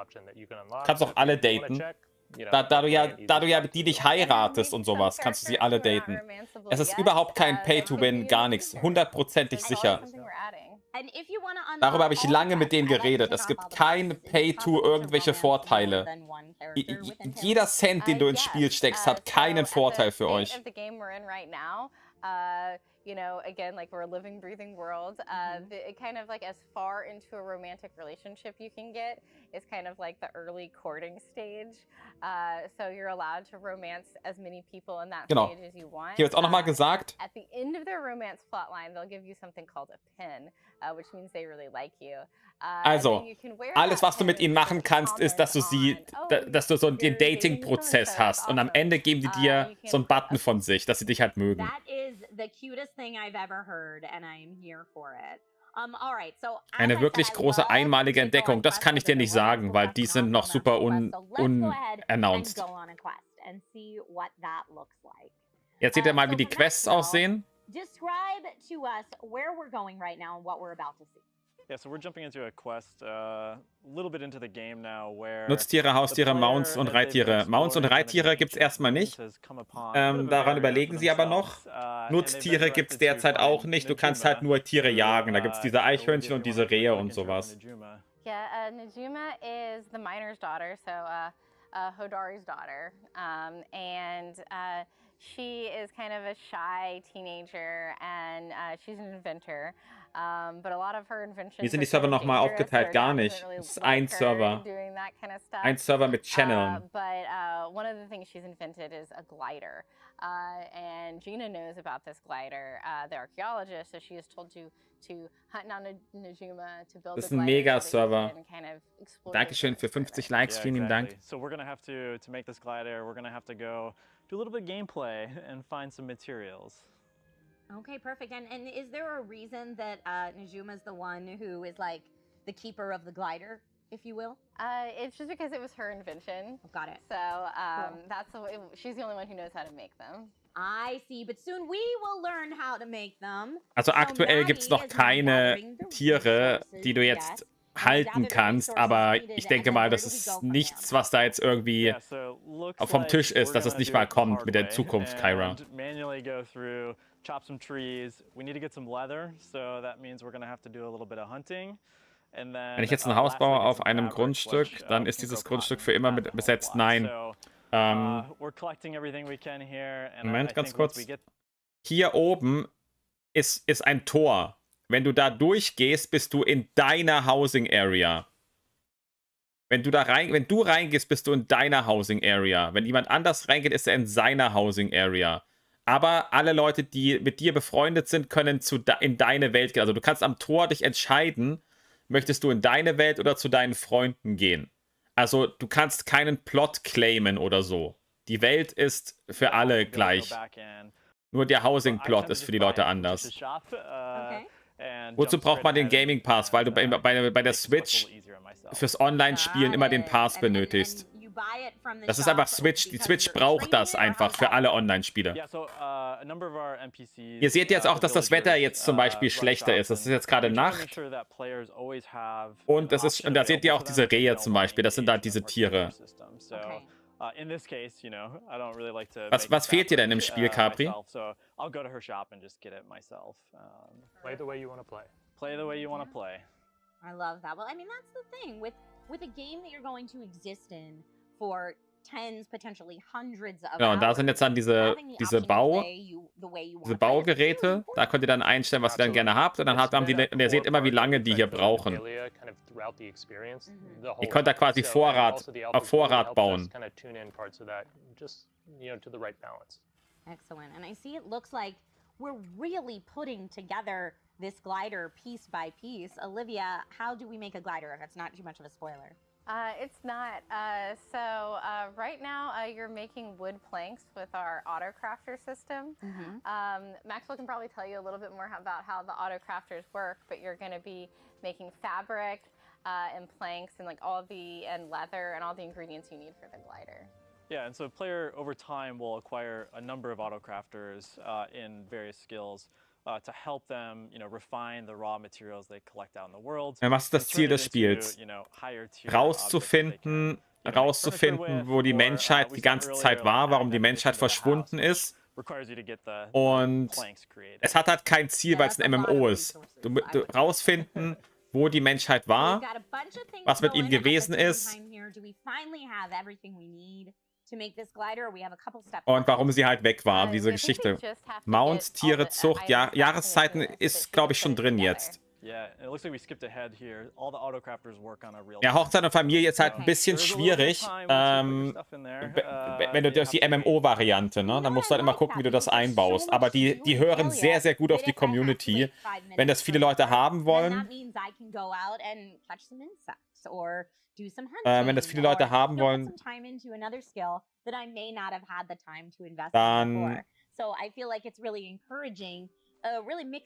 wenn das viele Leute haben wollen, dann kann man sowas immer reinmachen, natürlich. Ist die Tageszeit der echten Zeit angepasst? Nein, ein Tag ist eine Stunde. Also wenn zum Beispiel irgendwas... Aber dieses Bauen ist Echtzeit. Also wenn da steht 2 Minuten für ein Holz und du baust 20 mal Holz, dann ist es 2 Minuten mal 20, ja. Yeah,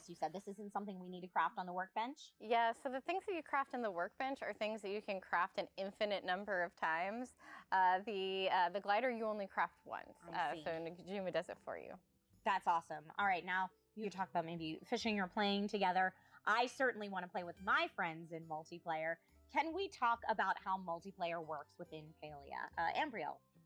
Yeah, there's tons of things that you can do in Palia with your friends, and most of them are better for it. All of the skills that we looked at previously have some bonuses for buddying up, like we're seeing here. Okay, so we're buddying up and, also hier steht, ich habe jetzt mal gerade gegoogelt, Yasso, das stimmt nicht, was du gesagt hast. Du brauchst, hier steht ganz klar, Dauntless benötigt eine Nintendo Online-Mitgliedschaft, um online gespielt zu werden. Also ist es genauso. Du kannst kein Spiel auf der Switch ohne Nintendo-Mitgliedschaft spielen. Also Zucht kommt natürlich, aber Tiere werden halt definitiv eingebaut werden, Capri. Man vergleicht es halt sehr stark mit Stardew Valley und das ist in der Hinsicht wirklich einen Punkt stärker. Ja, natürlich. Du musst halt Abstriche machen. Ne? Tiere sind ja was die Server sehr stark belastet. Und deswegen verstehe ich, dass sie halt am Anfang erstmal darauf verzichten. Aber das heißt ja nicht, dass es nicht kommt, ne? Wirklich, geht man nicht so auf den Tieraspekt ein. Das ist eine Sache, die sie definitiv auf der Arbeitsschiene drauf haben, Tiere. Von daher, am Anfang erstmal die Serverleistung dann erhöhen, um mal zu gucken, wie viel halt ist. Seit wann? Schon immer. Hier, guck, Dauntless. Dauntless braucht eine kostenpflichtige Nintendo Online-Mitgliedschaft.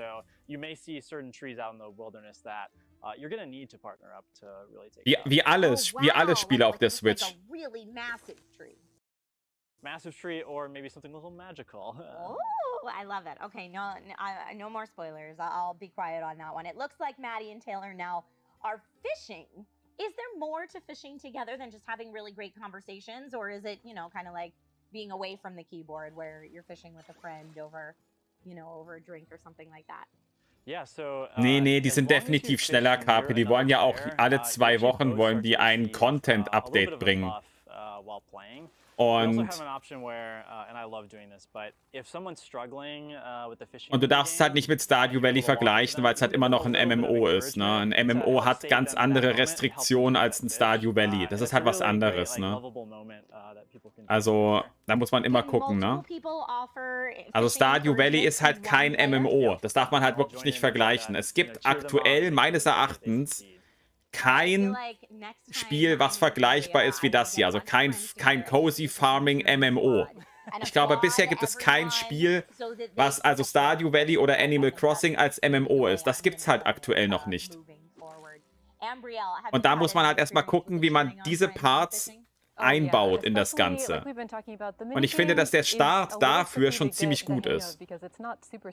Und das muss man einfach sehen. Das muss man einfach sehen. Ist das so wie Harvest Moon? Ja. Aber als Online-Rollenspiel. Sie ist wie Harvest Moon, aber alle Leute, die in der Stadt rumlaufen, sind echte Spieler.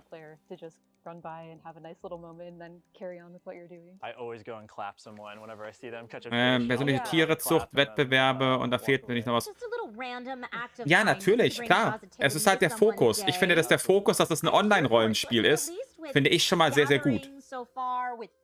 Natürlich, aber ich verstehe deinen Punkt. Ich verstehe den sehr. Ich habe auch direkt bei der Präsentation bei Ihnen gesagt, kommentiere. Und da waren Sie direkt so, ja, arbeiten Sie dran. Also Tiere werden definitiv ein Punkt werden, der gerade angeht. Also Tiere sind definitiv ein Punkt. Und hier seht ihr jetzt zum Beispiel das Käferfang. Also ihr stellt diese Sache auf und dann können alle Leute, die außen rum sind, auch so ein bisschen dann mit versuchen, die Tiere, die Sachen zu fangen.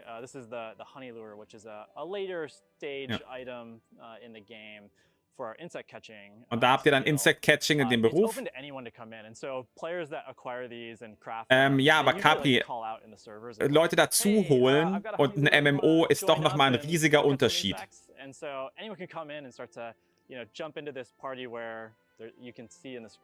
Also das ist halt der große Unterschied erstmal, dass du halt, wenn du einfach einem Server spielst oder wenn du local spielst. Ne? Das ist schon nochmal ein Unterschied. Dass du halt die servermäßigen Sachen machen kannst. Yeah, so as long as you try to throw your smoke bomb at one of the insects with your friend, you'll be considered as participating in that, and we'll reward you on it. And each time a player adds their smoke bomb to it, we give a little bit of an extra chance to catch. Und das ist halt das Jagen jetzt hier.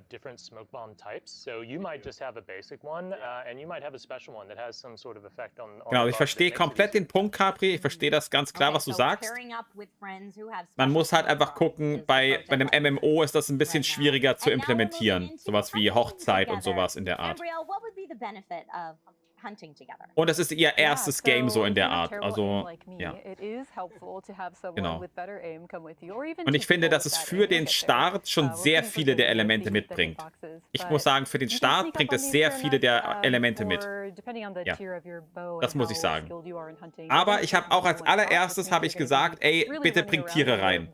Das war mein erster Punkt, den ich im Interview gesagt habe. Also ja, ich habe euren Punkt komplett direkt schon so gemacht. Okay, and I'm guessing that this works similar to insect catching, where anyone who participates in the hunting may get credit and may get the overall loot and resource for hunting, correct? Correct. As long as you're trying to take that shot, we'll count it. Awesome. And I see some farming. Und ich liebe halt dieses Zusammenspielen, dass du hier halt wirklich richtig viele Leute zu dir einladen kannst.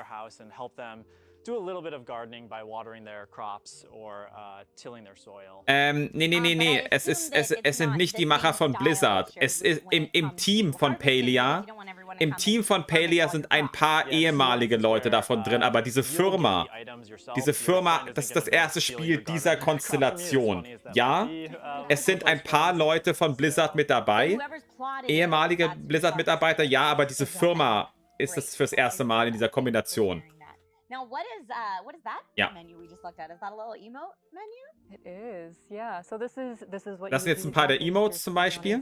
But you can also just do it for fun when you're with your friends. Celebrating a great harvest with Jay. All right, now that we've harvested, this is the first time we're taking a look at cooking. Tell me how we cook, what the benefits of cooking are, and kind of how all of that works. Yeah, so genau, jetzt kommt mal Kochen hier. Main feature for using all those gardening crops you're growing.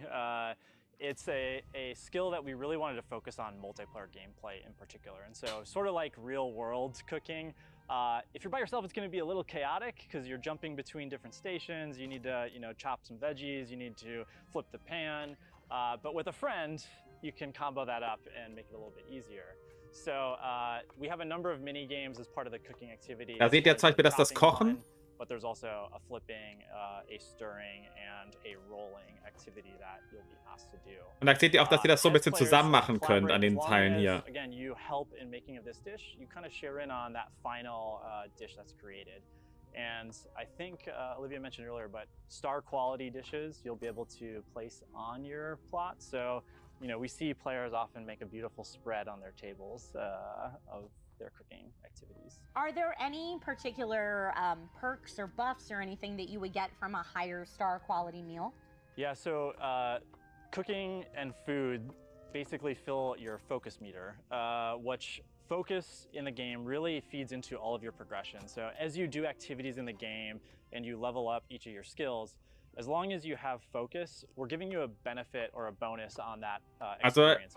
Essen bringt euch Fokus zurück, also diese Energie, die ihr für den Tag habt, oder ihr könnt sie auch hinstellen als Möbelstücke.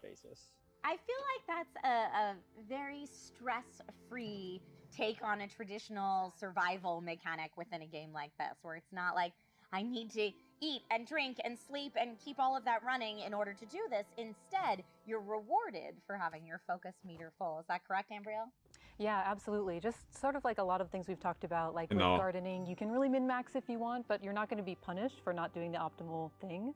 And same with focus. It's really beneficial to have a snack before you go out, just like in real life, but you're going to be fine if you don't. Just like in real life. I love a good snack before I go out, and in fact, had one today. All right. I have seen some pretty incredible looks today, some really nice fits on our villagers and on our characters. How would I go about increasing my own look and my own vibe check, if you will? Ambrielle, tell us about how we can look our best in Palia. Yeah, so we're running into Jell's shop right now, which is one of my favorite NPCs. And we're checking out all of the different options that we have. So hier habt ihr jetzt den Taylor, also den Klamottenmacher. Character creator, there's a bunch of different options that are all available to players for free as soon as they start playing. And you can open up your wardrobe, which can be on your housing plot, at the stables, or you can come visit Jell's shop, which is a fun way to do it in town. And you can see all of those options that we saw in character creation. Genau, und da seht ihr jetzt, da könnt ihr euch nochmal komplett umdesignen. And then now we're taking a look at some of the premium options. So these are, they get a little bit crazier. We have some fun options to mix and match here. Swap all of the colors so that you can. Und da gibt es sogar mehr Optionen. Da gibt es ein paar. With a bunch of other ones and try to create some. Endlich! Das hier sind Pay Options. Das hier sind Pay Sets. Diese Sachen hier. Zum Beispiel Kopfbedeckung. Da siehst du zum Beispiel Neko eine Ohrenmütze. Das habe ich erwähnt vorhin. Really unique to you. Das hier ist sozusagen die Ohrenmütze. Das sind welche von den Pay-Skins. Are those shiny antlers we were just looking at? That's very cool. Exactly. Es ist nicht auf dem iPad, nein. Also das sind Pay-Shop-Items, die ihr jetzt gerade seht. Das ist das Einzige, was in dem Spiel etwas kostet. Sind genau diese Sachen, die ihr hier seht.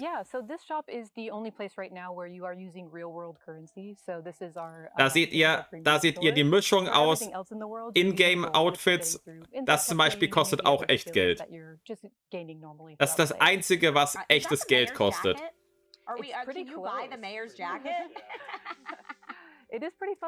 Das da auch zum Beispiel. Das ist auch das ist das Schlafoutfit. Very nice. And what is this that we're looking at right now? That looks comfy. Yeah, we have to pause on this one. This is a super comfortable look. This is always what I like to be wearing at my housing plot. I like to have different outfits for every occasion in Palia. And this is the one I would prefer to be wearing in real life too. Yes, I think next time we all get together in this inn and do this stream, we should all be wearing that onesie. That would be perfect. I love it. I'm down. That's it. We have it. And oh my goodness, is that a musical instrument? Maxwell, what is that? Or can we play guitar in Palia? That was the Bard Star outfit, which, yeah, if you really want to live the rock and roll glam lifestyle, that's your outfit for you. Genau, da seht ihr die Outfits zum Beispiel so ein paar und ihr könnt das dann auch beliebig kombinieren, den Look, wie ihr seht. I love that. And you know, there's a lot of people who want to live their best Bard. Also ihr habt sozusagen da oben seht ihr als Outfit, ihr habt eine Kopfbedeckung. Yeah, absolutely. So everything we're looking at now will be available during the beta, as well as probably a couple more options Also das ist too. das Einzige, And then was we're going to be sozusagen. releasing new Und options all the übrigens, time. There's eine Sache already muss a ich pretty good sagen, breadth. was ich meinte mit 12 Euro pro Skin oder sowas in der Art. Ihr habt hier immer 3 Farboptionen. Ihr könnt sozusagen für als Beispiel 12 Euro das komplette Paket kaufen oder dann für 30 Euro alle 3 Farbvarianten. Da habt ihr dann also 3 Outfits, die immer noch mal sich ein bisschen unterscheiden. Ihr habt es ja gesehen bei den Hörnern, dass sie sich sogar recht stark unterscheiden teilweise. And we hope to add to that all the time so that you can always find new expressions for that. Now, does the suit say your Genau. outfit give you any type of buff or bonus, or are these items strictly cosmetic at this point? Strictly cosmetic, so we want to make sure that nothing that would hold you back from gameplay is pay-gated in any way. Genau, sie sagen, es ist nicht pay-gated, gar nichts. nichts. Is a really big part of Palia, and players are going to want to show off the kind of personality they have and change that as often as they want to. So we want to have a lot of options there, but we also want to make sure that there's nothing that's going to block you from gameplay, no bonuses, no pay to win. Yeah. I feel like in terms of look, from what we've seen of Palia so far, it's very cozy, but there's such a wide variety at the same time. And I want to ask a little bit about what it takes to bring that art style of Palia to life. So can you speak to the efforts of your team a little bit, Ambriel? Yeah, absolutely. There's a ton that goes into it and a bunch of also es war kurzfristig mal auf Steam drin. Aktuell ist es wieder raus, Neko. Du kannst es auf der Homepage runterladen über ihren eigenen Launcher. Also ich glaube nicht, dass es jetzt gerade wieder in Steam reinkommt. Genau, das ist halt zum Beispiel das eine Outfit, was ihr da kaufen könnt. Also das Outfit war, glaube ich, bei 15 Euro.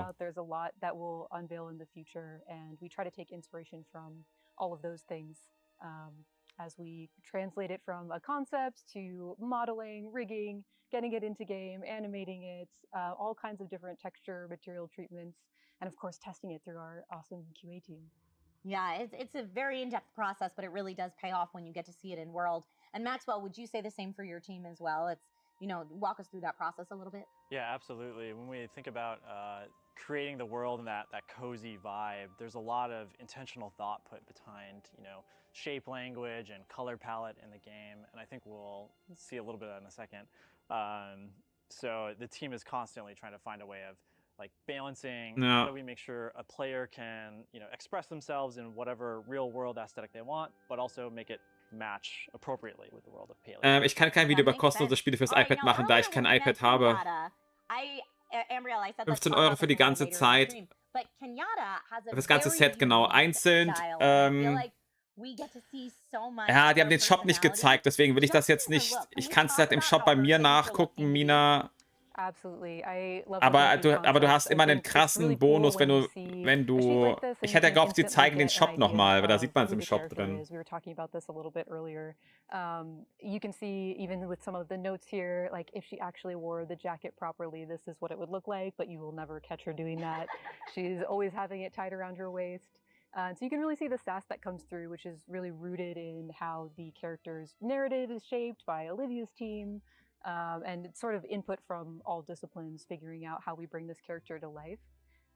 Even seeing like some of the small details in how her jacket matches the same fabric as her mom, Esha, who she's not always the biggest fan of outwardly, but there's still some ties there. Yeah. I think it's wonderful. I'm so glad that we're getting a look at this Kenyatta concept art, because I don't know that I would have picked out right away that that was a blazer that was tied around her waist, but you're right. It says so much about her character that, you know, you can see how her mother would love her to dress. But she's doing her own thing, and I am here for it.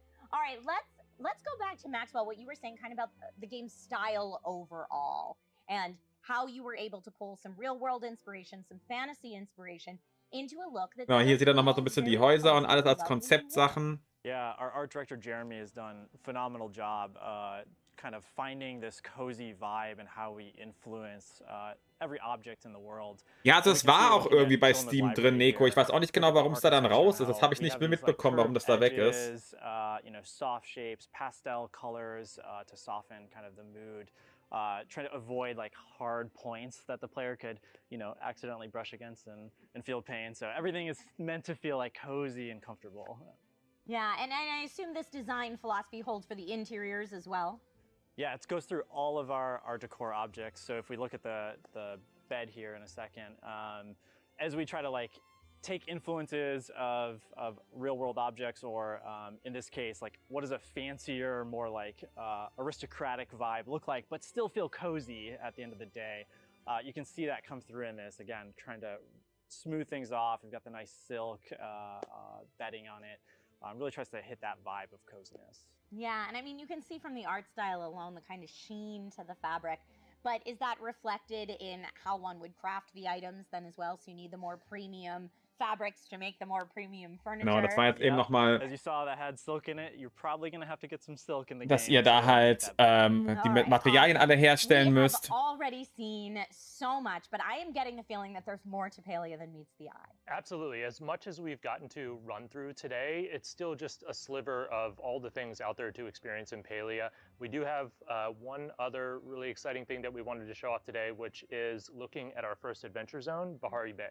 Wildflowers, das sagt mir gerade gar. Cool. Doch, irgendwas hat mir das schon mal Bahari gesagt, aber Bay, ich very weiß es gerade nicht. mysterious.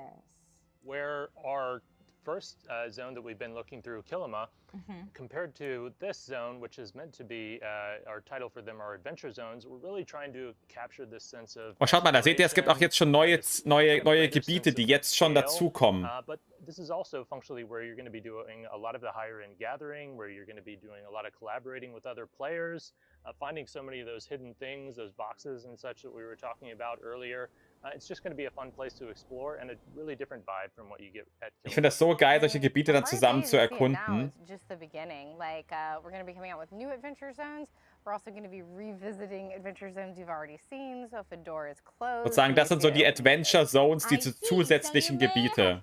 That you explored Bahari Bay and then returned to it later only to find out that a new door is open and there's Ich finde, das hat so einen schönen, warmen Stil, der mir so gut gefällt. Within this world. Ja, und es ist alles kostenlos spielbar, ja. When can players get their hands on Palia? First off, really important thing, sign up at palia.com. That'll give you a chance to get into our upcoming closed beta, which you can see here. So definitely something big to look forward to. Again, sign up at palia.com. Awesome. I cannot wait. I'm going to be streaming it. I'm super stoked. Thank you. Thank you to everyone who's watching. Thank you to our wonderful panel that we have here today. It has been such a pleasure being here. So I'd like to close it out with all of you telling us what you are most excited for players to get their hands on Palia. Aiden? Wow, it's hard to pick just one thing, but after all this time, I just can't wait to Okay, see also. players be in the space, to get to you know, be playing the game, see the world of Palia filled with life. Wann startet das Spiel richtig für alle? Am 2.8. ist Closed Beta, die für die für ungefähr 250.000 Leute sein soll. Und die Open Beta startet eine Woche später. I can't wait for players to meet the Okay, wir machen mal. characters that I Okay. Also nochmal, um die ganzen Randdaten jetzt zu machen. Wenn die Closed Beta vorbei ist, dann wird die Open Beta alle. Nein, es wird nichts gelöscht. Sobald ihr spielen könnt, wird nichts mehr gewiped. Ab dem 2.8. wird nichts mehr gewiped. Also ab der Closed Beta wird gar nichts mehr gewiped von dem Spiel. Das Spiel bleibt komplett so, dann wie es ist. Ihr habt gerade nochmal alles so ein bisschen gesehen. Also ihr habt den Store gesehen, ihr habt gesehen, dass ihr euch immer wieder alles umändern könnt. Es gibt zusätzlich zu der Kerngegend dann diese Farming Zones, die so ein bisschen mysterious sind, so ein bisschen wahrscheinlich Jumping Puzzle, kleinere Aufgaben haben. Also, ey, in dem ganzen Teil hier ist so viel Input drin, über das man reden kann. Das wird wahrscheinlich bei mir 3 Videos ausmachen, was hier alles drin ist, weil es wirklich sehr, sehr viel ist. Die Umgebung gibt Genshin-Vibes. Ja, ich würde es auch ganz klar betiteln. Zelda plus Genshin ist die Umgebung. Wenn du auch bei Zelda und Genshin das Kämpfen wegnimmst, hast du die Umgebung von Palia. Ja, würde ich ganz klar sagen. Das stimme ich dir komplett zu. Wir können ja noch mal so ein bisschen auf eingehen. Jetzt habt ihr hier das Ganze. Das ist nochmal das... also wenn ihr Teil von Palia sein wollt, geht in die Beta rein. Was sind so die Kernsachen, die man sagen kann von Palia? Also ihr habt ein eine unfassbar schöne, warme, cozy Welt, in der ihr mehrere Leute daten könnt, aber alle Leute frienden könnt, die rumstehen. Ihr habt einen echt coolen Char-Creator, der euch viele Optionen gibt, die ihr auch jederzeit immer wieder ändern könnt, die Optionen. Und hier seht ihr auch nochmal diese ganzen Frisuren, die ihr habt. Die Frisuren haben einen anderen Effekt, einen Ombre-Effekt, einen Glow-Effekt nochmal unten, den ihr dann habt. Ihr habt super viele Ausrüstungsgegenstände, die ihr komplett for free habt. Also diese ganzen Sachen, die ihr hier seht, das ist alles das Free-Outfit. Die Stresstest-E-Mails kommen am 19. Bis zum 19. werden die verschickt. Das habt ihr. Ihr habt diese ganzen Outfits hier. Alle anderen Outfits sind im Pay-Style.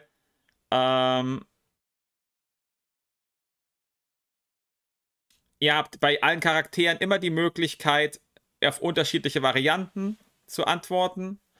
Und danach entscheiden die so ein bisschen, wie sie auf euch reagieren. Weißt du schon, ab wann die Keys verteilt werden? Also 19.07. ist Ende, habe ich also schon... Nee. Ich glaube, die schicken sie alle am 19. Bis zum 19. Du kannst dich bis zum 18. bewerben und am 19. wird das dann verschickt. Ihr habt ein super cooles Bausystem, was ihr per Raster machen könnt oder nicht am Raster machen könnt. Das Angeln ist ganz nice gemacht, finde ich, weil ihr so diesem Fisch folgen müsst. Ihr habt einen echt schönen Startbereich. Hier ist also euer Baubereich dann, den ihr halt auch nochmal beliebig hier außen erweitern könnt. Und ja, also es ist halt auch das Platzieren im Spiel. Ihr könnt euch da überall draufsetzen. Ihr seht halt durch die Scheiben durch, was ich mega gut finde. Ach so, wenn man die jetzt nicht bekommen hat, hat man keine. Ach so, heute ist ja der 18. Nee. Hä, habt ihr mir nicht zugehört? Bis zum 18. könnt ihr euch bewerben, am 19. werden die verschickt. Das ist morgen. Morgen werden die verschickt. Das ist die Gartenbauarbeit hier. Also ich mache euch zu ganz vielen Sachen davon noch Videos jeweils, um das zu erklären. Und hier seht ihr halt nochmal die Anfangsleute. Ihr könnt Ayanar daten, Hassian daten. Also ihr habt einen Roboter, einen männlichen. Ihr habt Gel, der auch männlich ist. Ihr habt Gina, die weiblich ist. Das ist ihr habt Kayanetta, die weiblich ist. Und ihr habt Tisch, die weiblich ist. Also ihr habt quasi einen Roboter, 3 männliche und 3 weibliche, die ihr daten könnt. Ihr habt auch hier die Weekly Ones. Die Weekly Ones, das wisst ihr immer nicht. Da müsst ihr mit denen reden, um rauszufinden, was sie wollen. Weil die wollen nämlich jede Woche immer andere Sachen. Ihr könnt euch heute noch bewerben, ja. Wenn, dann solltet ihr das jetzt machen. Because morgen ist vorbei. Aktuell, sie haben auch ganz klar gesagt, aktuell endet Daten beim Flirty-mäßigen. Jeder von den Charakteren hat auf der maximalen Dating-Sache einen Flirty-Plot mit euch. Also die haben quasi so eine Story mit euch zusammen. Hier seht ihr immer, wie lange das dauert. Also ihr könnt zum Beispiel auch hier 8 Minuten dauert einmal das Herstellen. Das macht es dann von alleine. Ich weiß nicht, wie das ist, ob das weiterbaut, wenn ihr offline geht. Müsste es vielleicht sogar machen, weil es ist ja ein MMO eigentlich. Aber ihr könnt es dann auf Vorrat bauen lassen. Lässt einfach runter, wenn es offiziell draußen ist und gut. Ey, das ist, ich sag's euch, ich finde das sehr, sehr schön in allen Bereichen gemacht. Ihr habt dann halt auch der ganze Anfang von dem Game ist super einfach. Und wenn ihr dann halt Meister in irgendeinem Beruf werden wollt, dann ist es schwerer. Die Meisterfische zu fangen ist zum Beispiel deutlich schwerer, als diese Anfangsfische zu fangen. Zum Beispiel auch das Erkunden für super seltene Ressourcen ist schwer. Wenn ihr zum Beispiel Bugcatching machen wollt, dann ist das zum Beispiel super einfach, die Grundlagen zu machen. Aber wenn ihr Special Bugs fangen wollt, dann müsst ihr zusammenarbeiten. Dann müssen 2 von euch zum Beispiel diesen Rauch werfen, damit es dann besser wird. Weil je mehr Rauch auf einem ist, desto besser wird das mit dem Fangen. Genauso ist es bei dem Jagen. Ihr seht das selber. Sie schießen auch immer zu zweit drauf, weil manchmal brauchen die Tiere halt 2 Schüsse. Bei dem Kochen, auch da könnt ihr zusammenarbeiten, um die Rezepte zusammen herzustellen, was ich auch total geil finde. Und hier habt ihr eben diese Pay-Option. Das ist das Einzige, was ihr eben im Spiel kaufen könnt für die Pay-Credits. sind halt diese Outfits hier. Und da gibt es halt ein paar sehr stylische Outfits, ein paar mit echt krassen Effekten darauf. Und die kosten dann halt eben als einzigstes, das ist das einzigste, das ist das einzigste, was etwas in dem Spiel kostet. Und da, Nico, hast du zum Beispiel deine Ohren bei der Sache. Das ist das Einzige, was Ohren sind. Und ihr habt ja diese unterschiedlichen Farben. Und ich glaube, die teuersten Skins als Komplett-Skin kosten, glaube ich, 17 Euro. Also das Outfit hier kostet, glaube ich, 17, wenn du es ganz kaufst. Und ja. Das ist das Ganze. Da gibt es dann halt diese zusätzlichen Bonuszonen, die hier, wo ihr dann auch alle gemeinschaftlich können wir da reingehen. Wir können alle zusammen sagen, ey komm, wir sammeln gerade heute mal super seltene Erze. Dann gehen wir zusammen in dieses Gebiet rein und sammeln zusammen die seltenen Erze und alles. Also, sorry, aber ich finde, das Game ist sehr, sehr geil gestaltet. Wo kannst du genau einen Account erstellen? Es reicht, wenn du dir einen Account erstellst. Du hast ja hier Sign Up. Und wenn du einen Account erstellt hast, dann picken die aus allen Accounts, picken sie random Leute raus. Aber die nehmen sehr viele Leute, weil es heißt 200.000 kommen in den Stresstest und nach dem Stresstest wollen sie nochmal Leute für die Closed Beta reinnehmen. Also werden sie so 200, 300.000 Leute wahrscheinlich rein. Wenn ihr im Stresstest dabei seid, könnt ihr auch in die Closed Beta im Übrigen. Und ich werde auch noch Closed Beta Keys bekommen für euch. Also ich werde auch noch für euch Codes haben, wenn das Spiel rauskommt, werde ich auch noch für euch Closed Beta Keys haben. Ich muss gucken, ob ich da ein paar verlosen werde, ein paar vielleicht noch so rausgeben werde. Stresstest darf ich euch leider nicht streamen. Ich darf euch erst ab dem 2.8. streamen. Und, ach ja, stimmt, genau. Und wenn ihr übrigens das Refer a Friend Outfit haben wollt, das ist ja das hier, da bekommt ihr übrigens alle 3 Farben davon. Kommt einfach auf unser Discord, kommt ins Discord rein. Ich mache nochmal den Link dafür fürs Discord rein. Kommt ins Discord und da könnt ihr euch dann gegenseitig auch die Accounts werben. So haben wir das auch mehrere gemacht. Wir haben schon sehr viele, die alle 5 Sachen haben. Ich habe unter anderem, ich muss mal hier ganz kurz, will nur gerade mal, das ist ja nicht meine...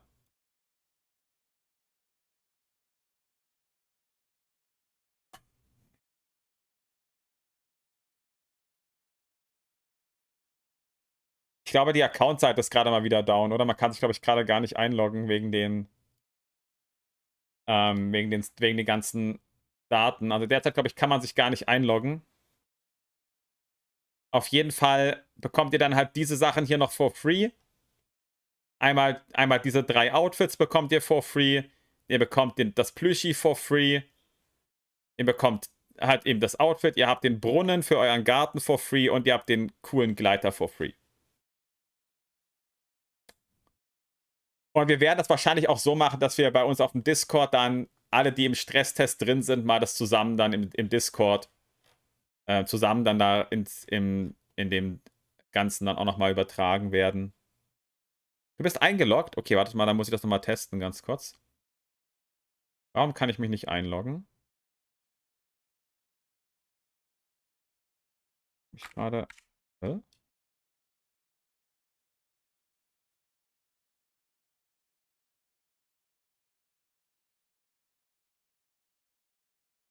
Muss ich mal ganz kurz schauen?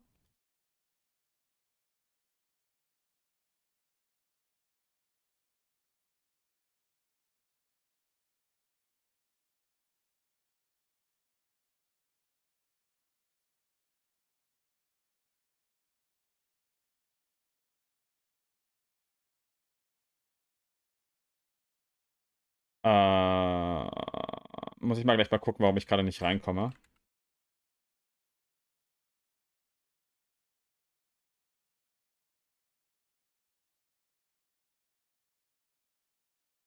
Wir haben mal gerade kurz Passwort zurückgesetzt. Mal schauen.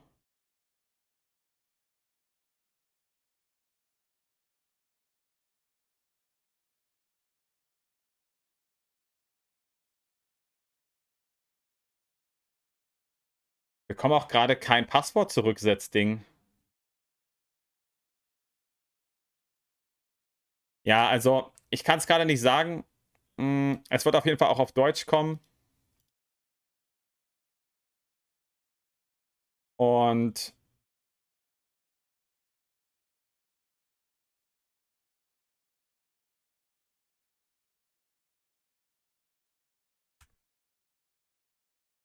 ja, ich komme irgendwie gerade nicht rein. Egal. Will ich euch jetzt hier nicht ewig aufhalten. Ihr seid auch eingeloggt. Okay, let's go. Ja. Ach nein, hier kam gerade. Your password has been updated.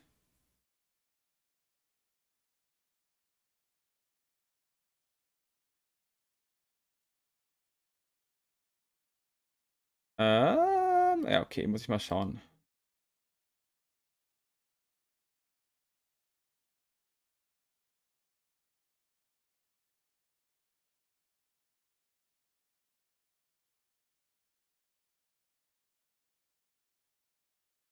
Ja, also ich komme gerade irgendwie nicht rein. Gut, egal, ich will euch nicht länger aufhalten.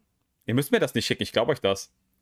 Wir sehen uns nachher dann noch zu Star Stable. Ich sage danke fürs Zuschauen. Lasst gerne ein Like und ein Abo da, wenn ihr mehr zu Palia wissen wollt. Demnächst kommt noch richtig viel dazu. Haut rein. Und dann sage ich, Fabi, kannst du wieder so Pferde verlosen? Kann ich nicht machen. Ich darf keine Pferde verlosen von Star Stable aus. Leider, tut mir leid. Pferde verlosen ist nicht machbar in Star Stable. Einen schönen Abend euch noch. Bis gleich, wenn ihr mögt, zu Star Stable.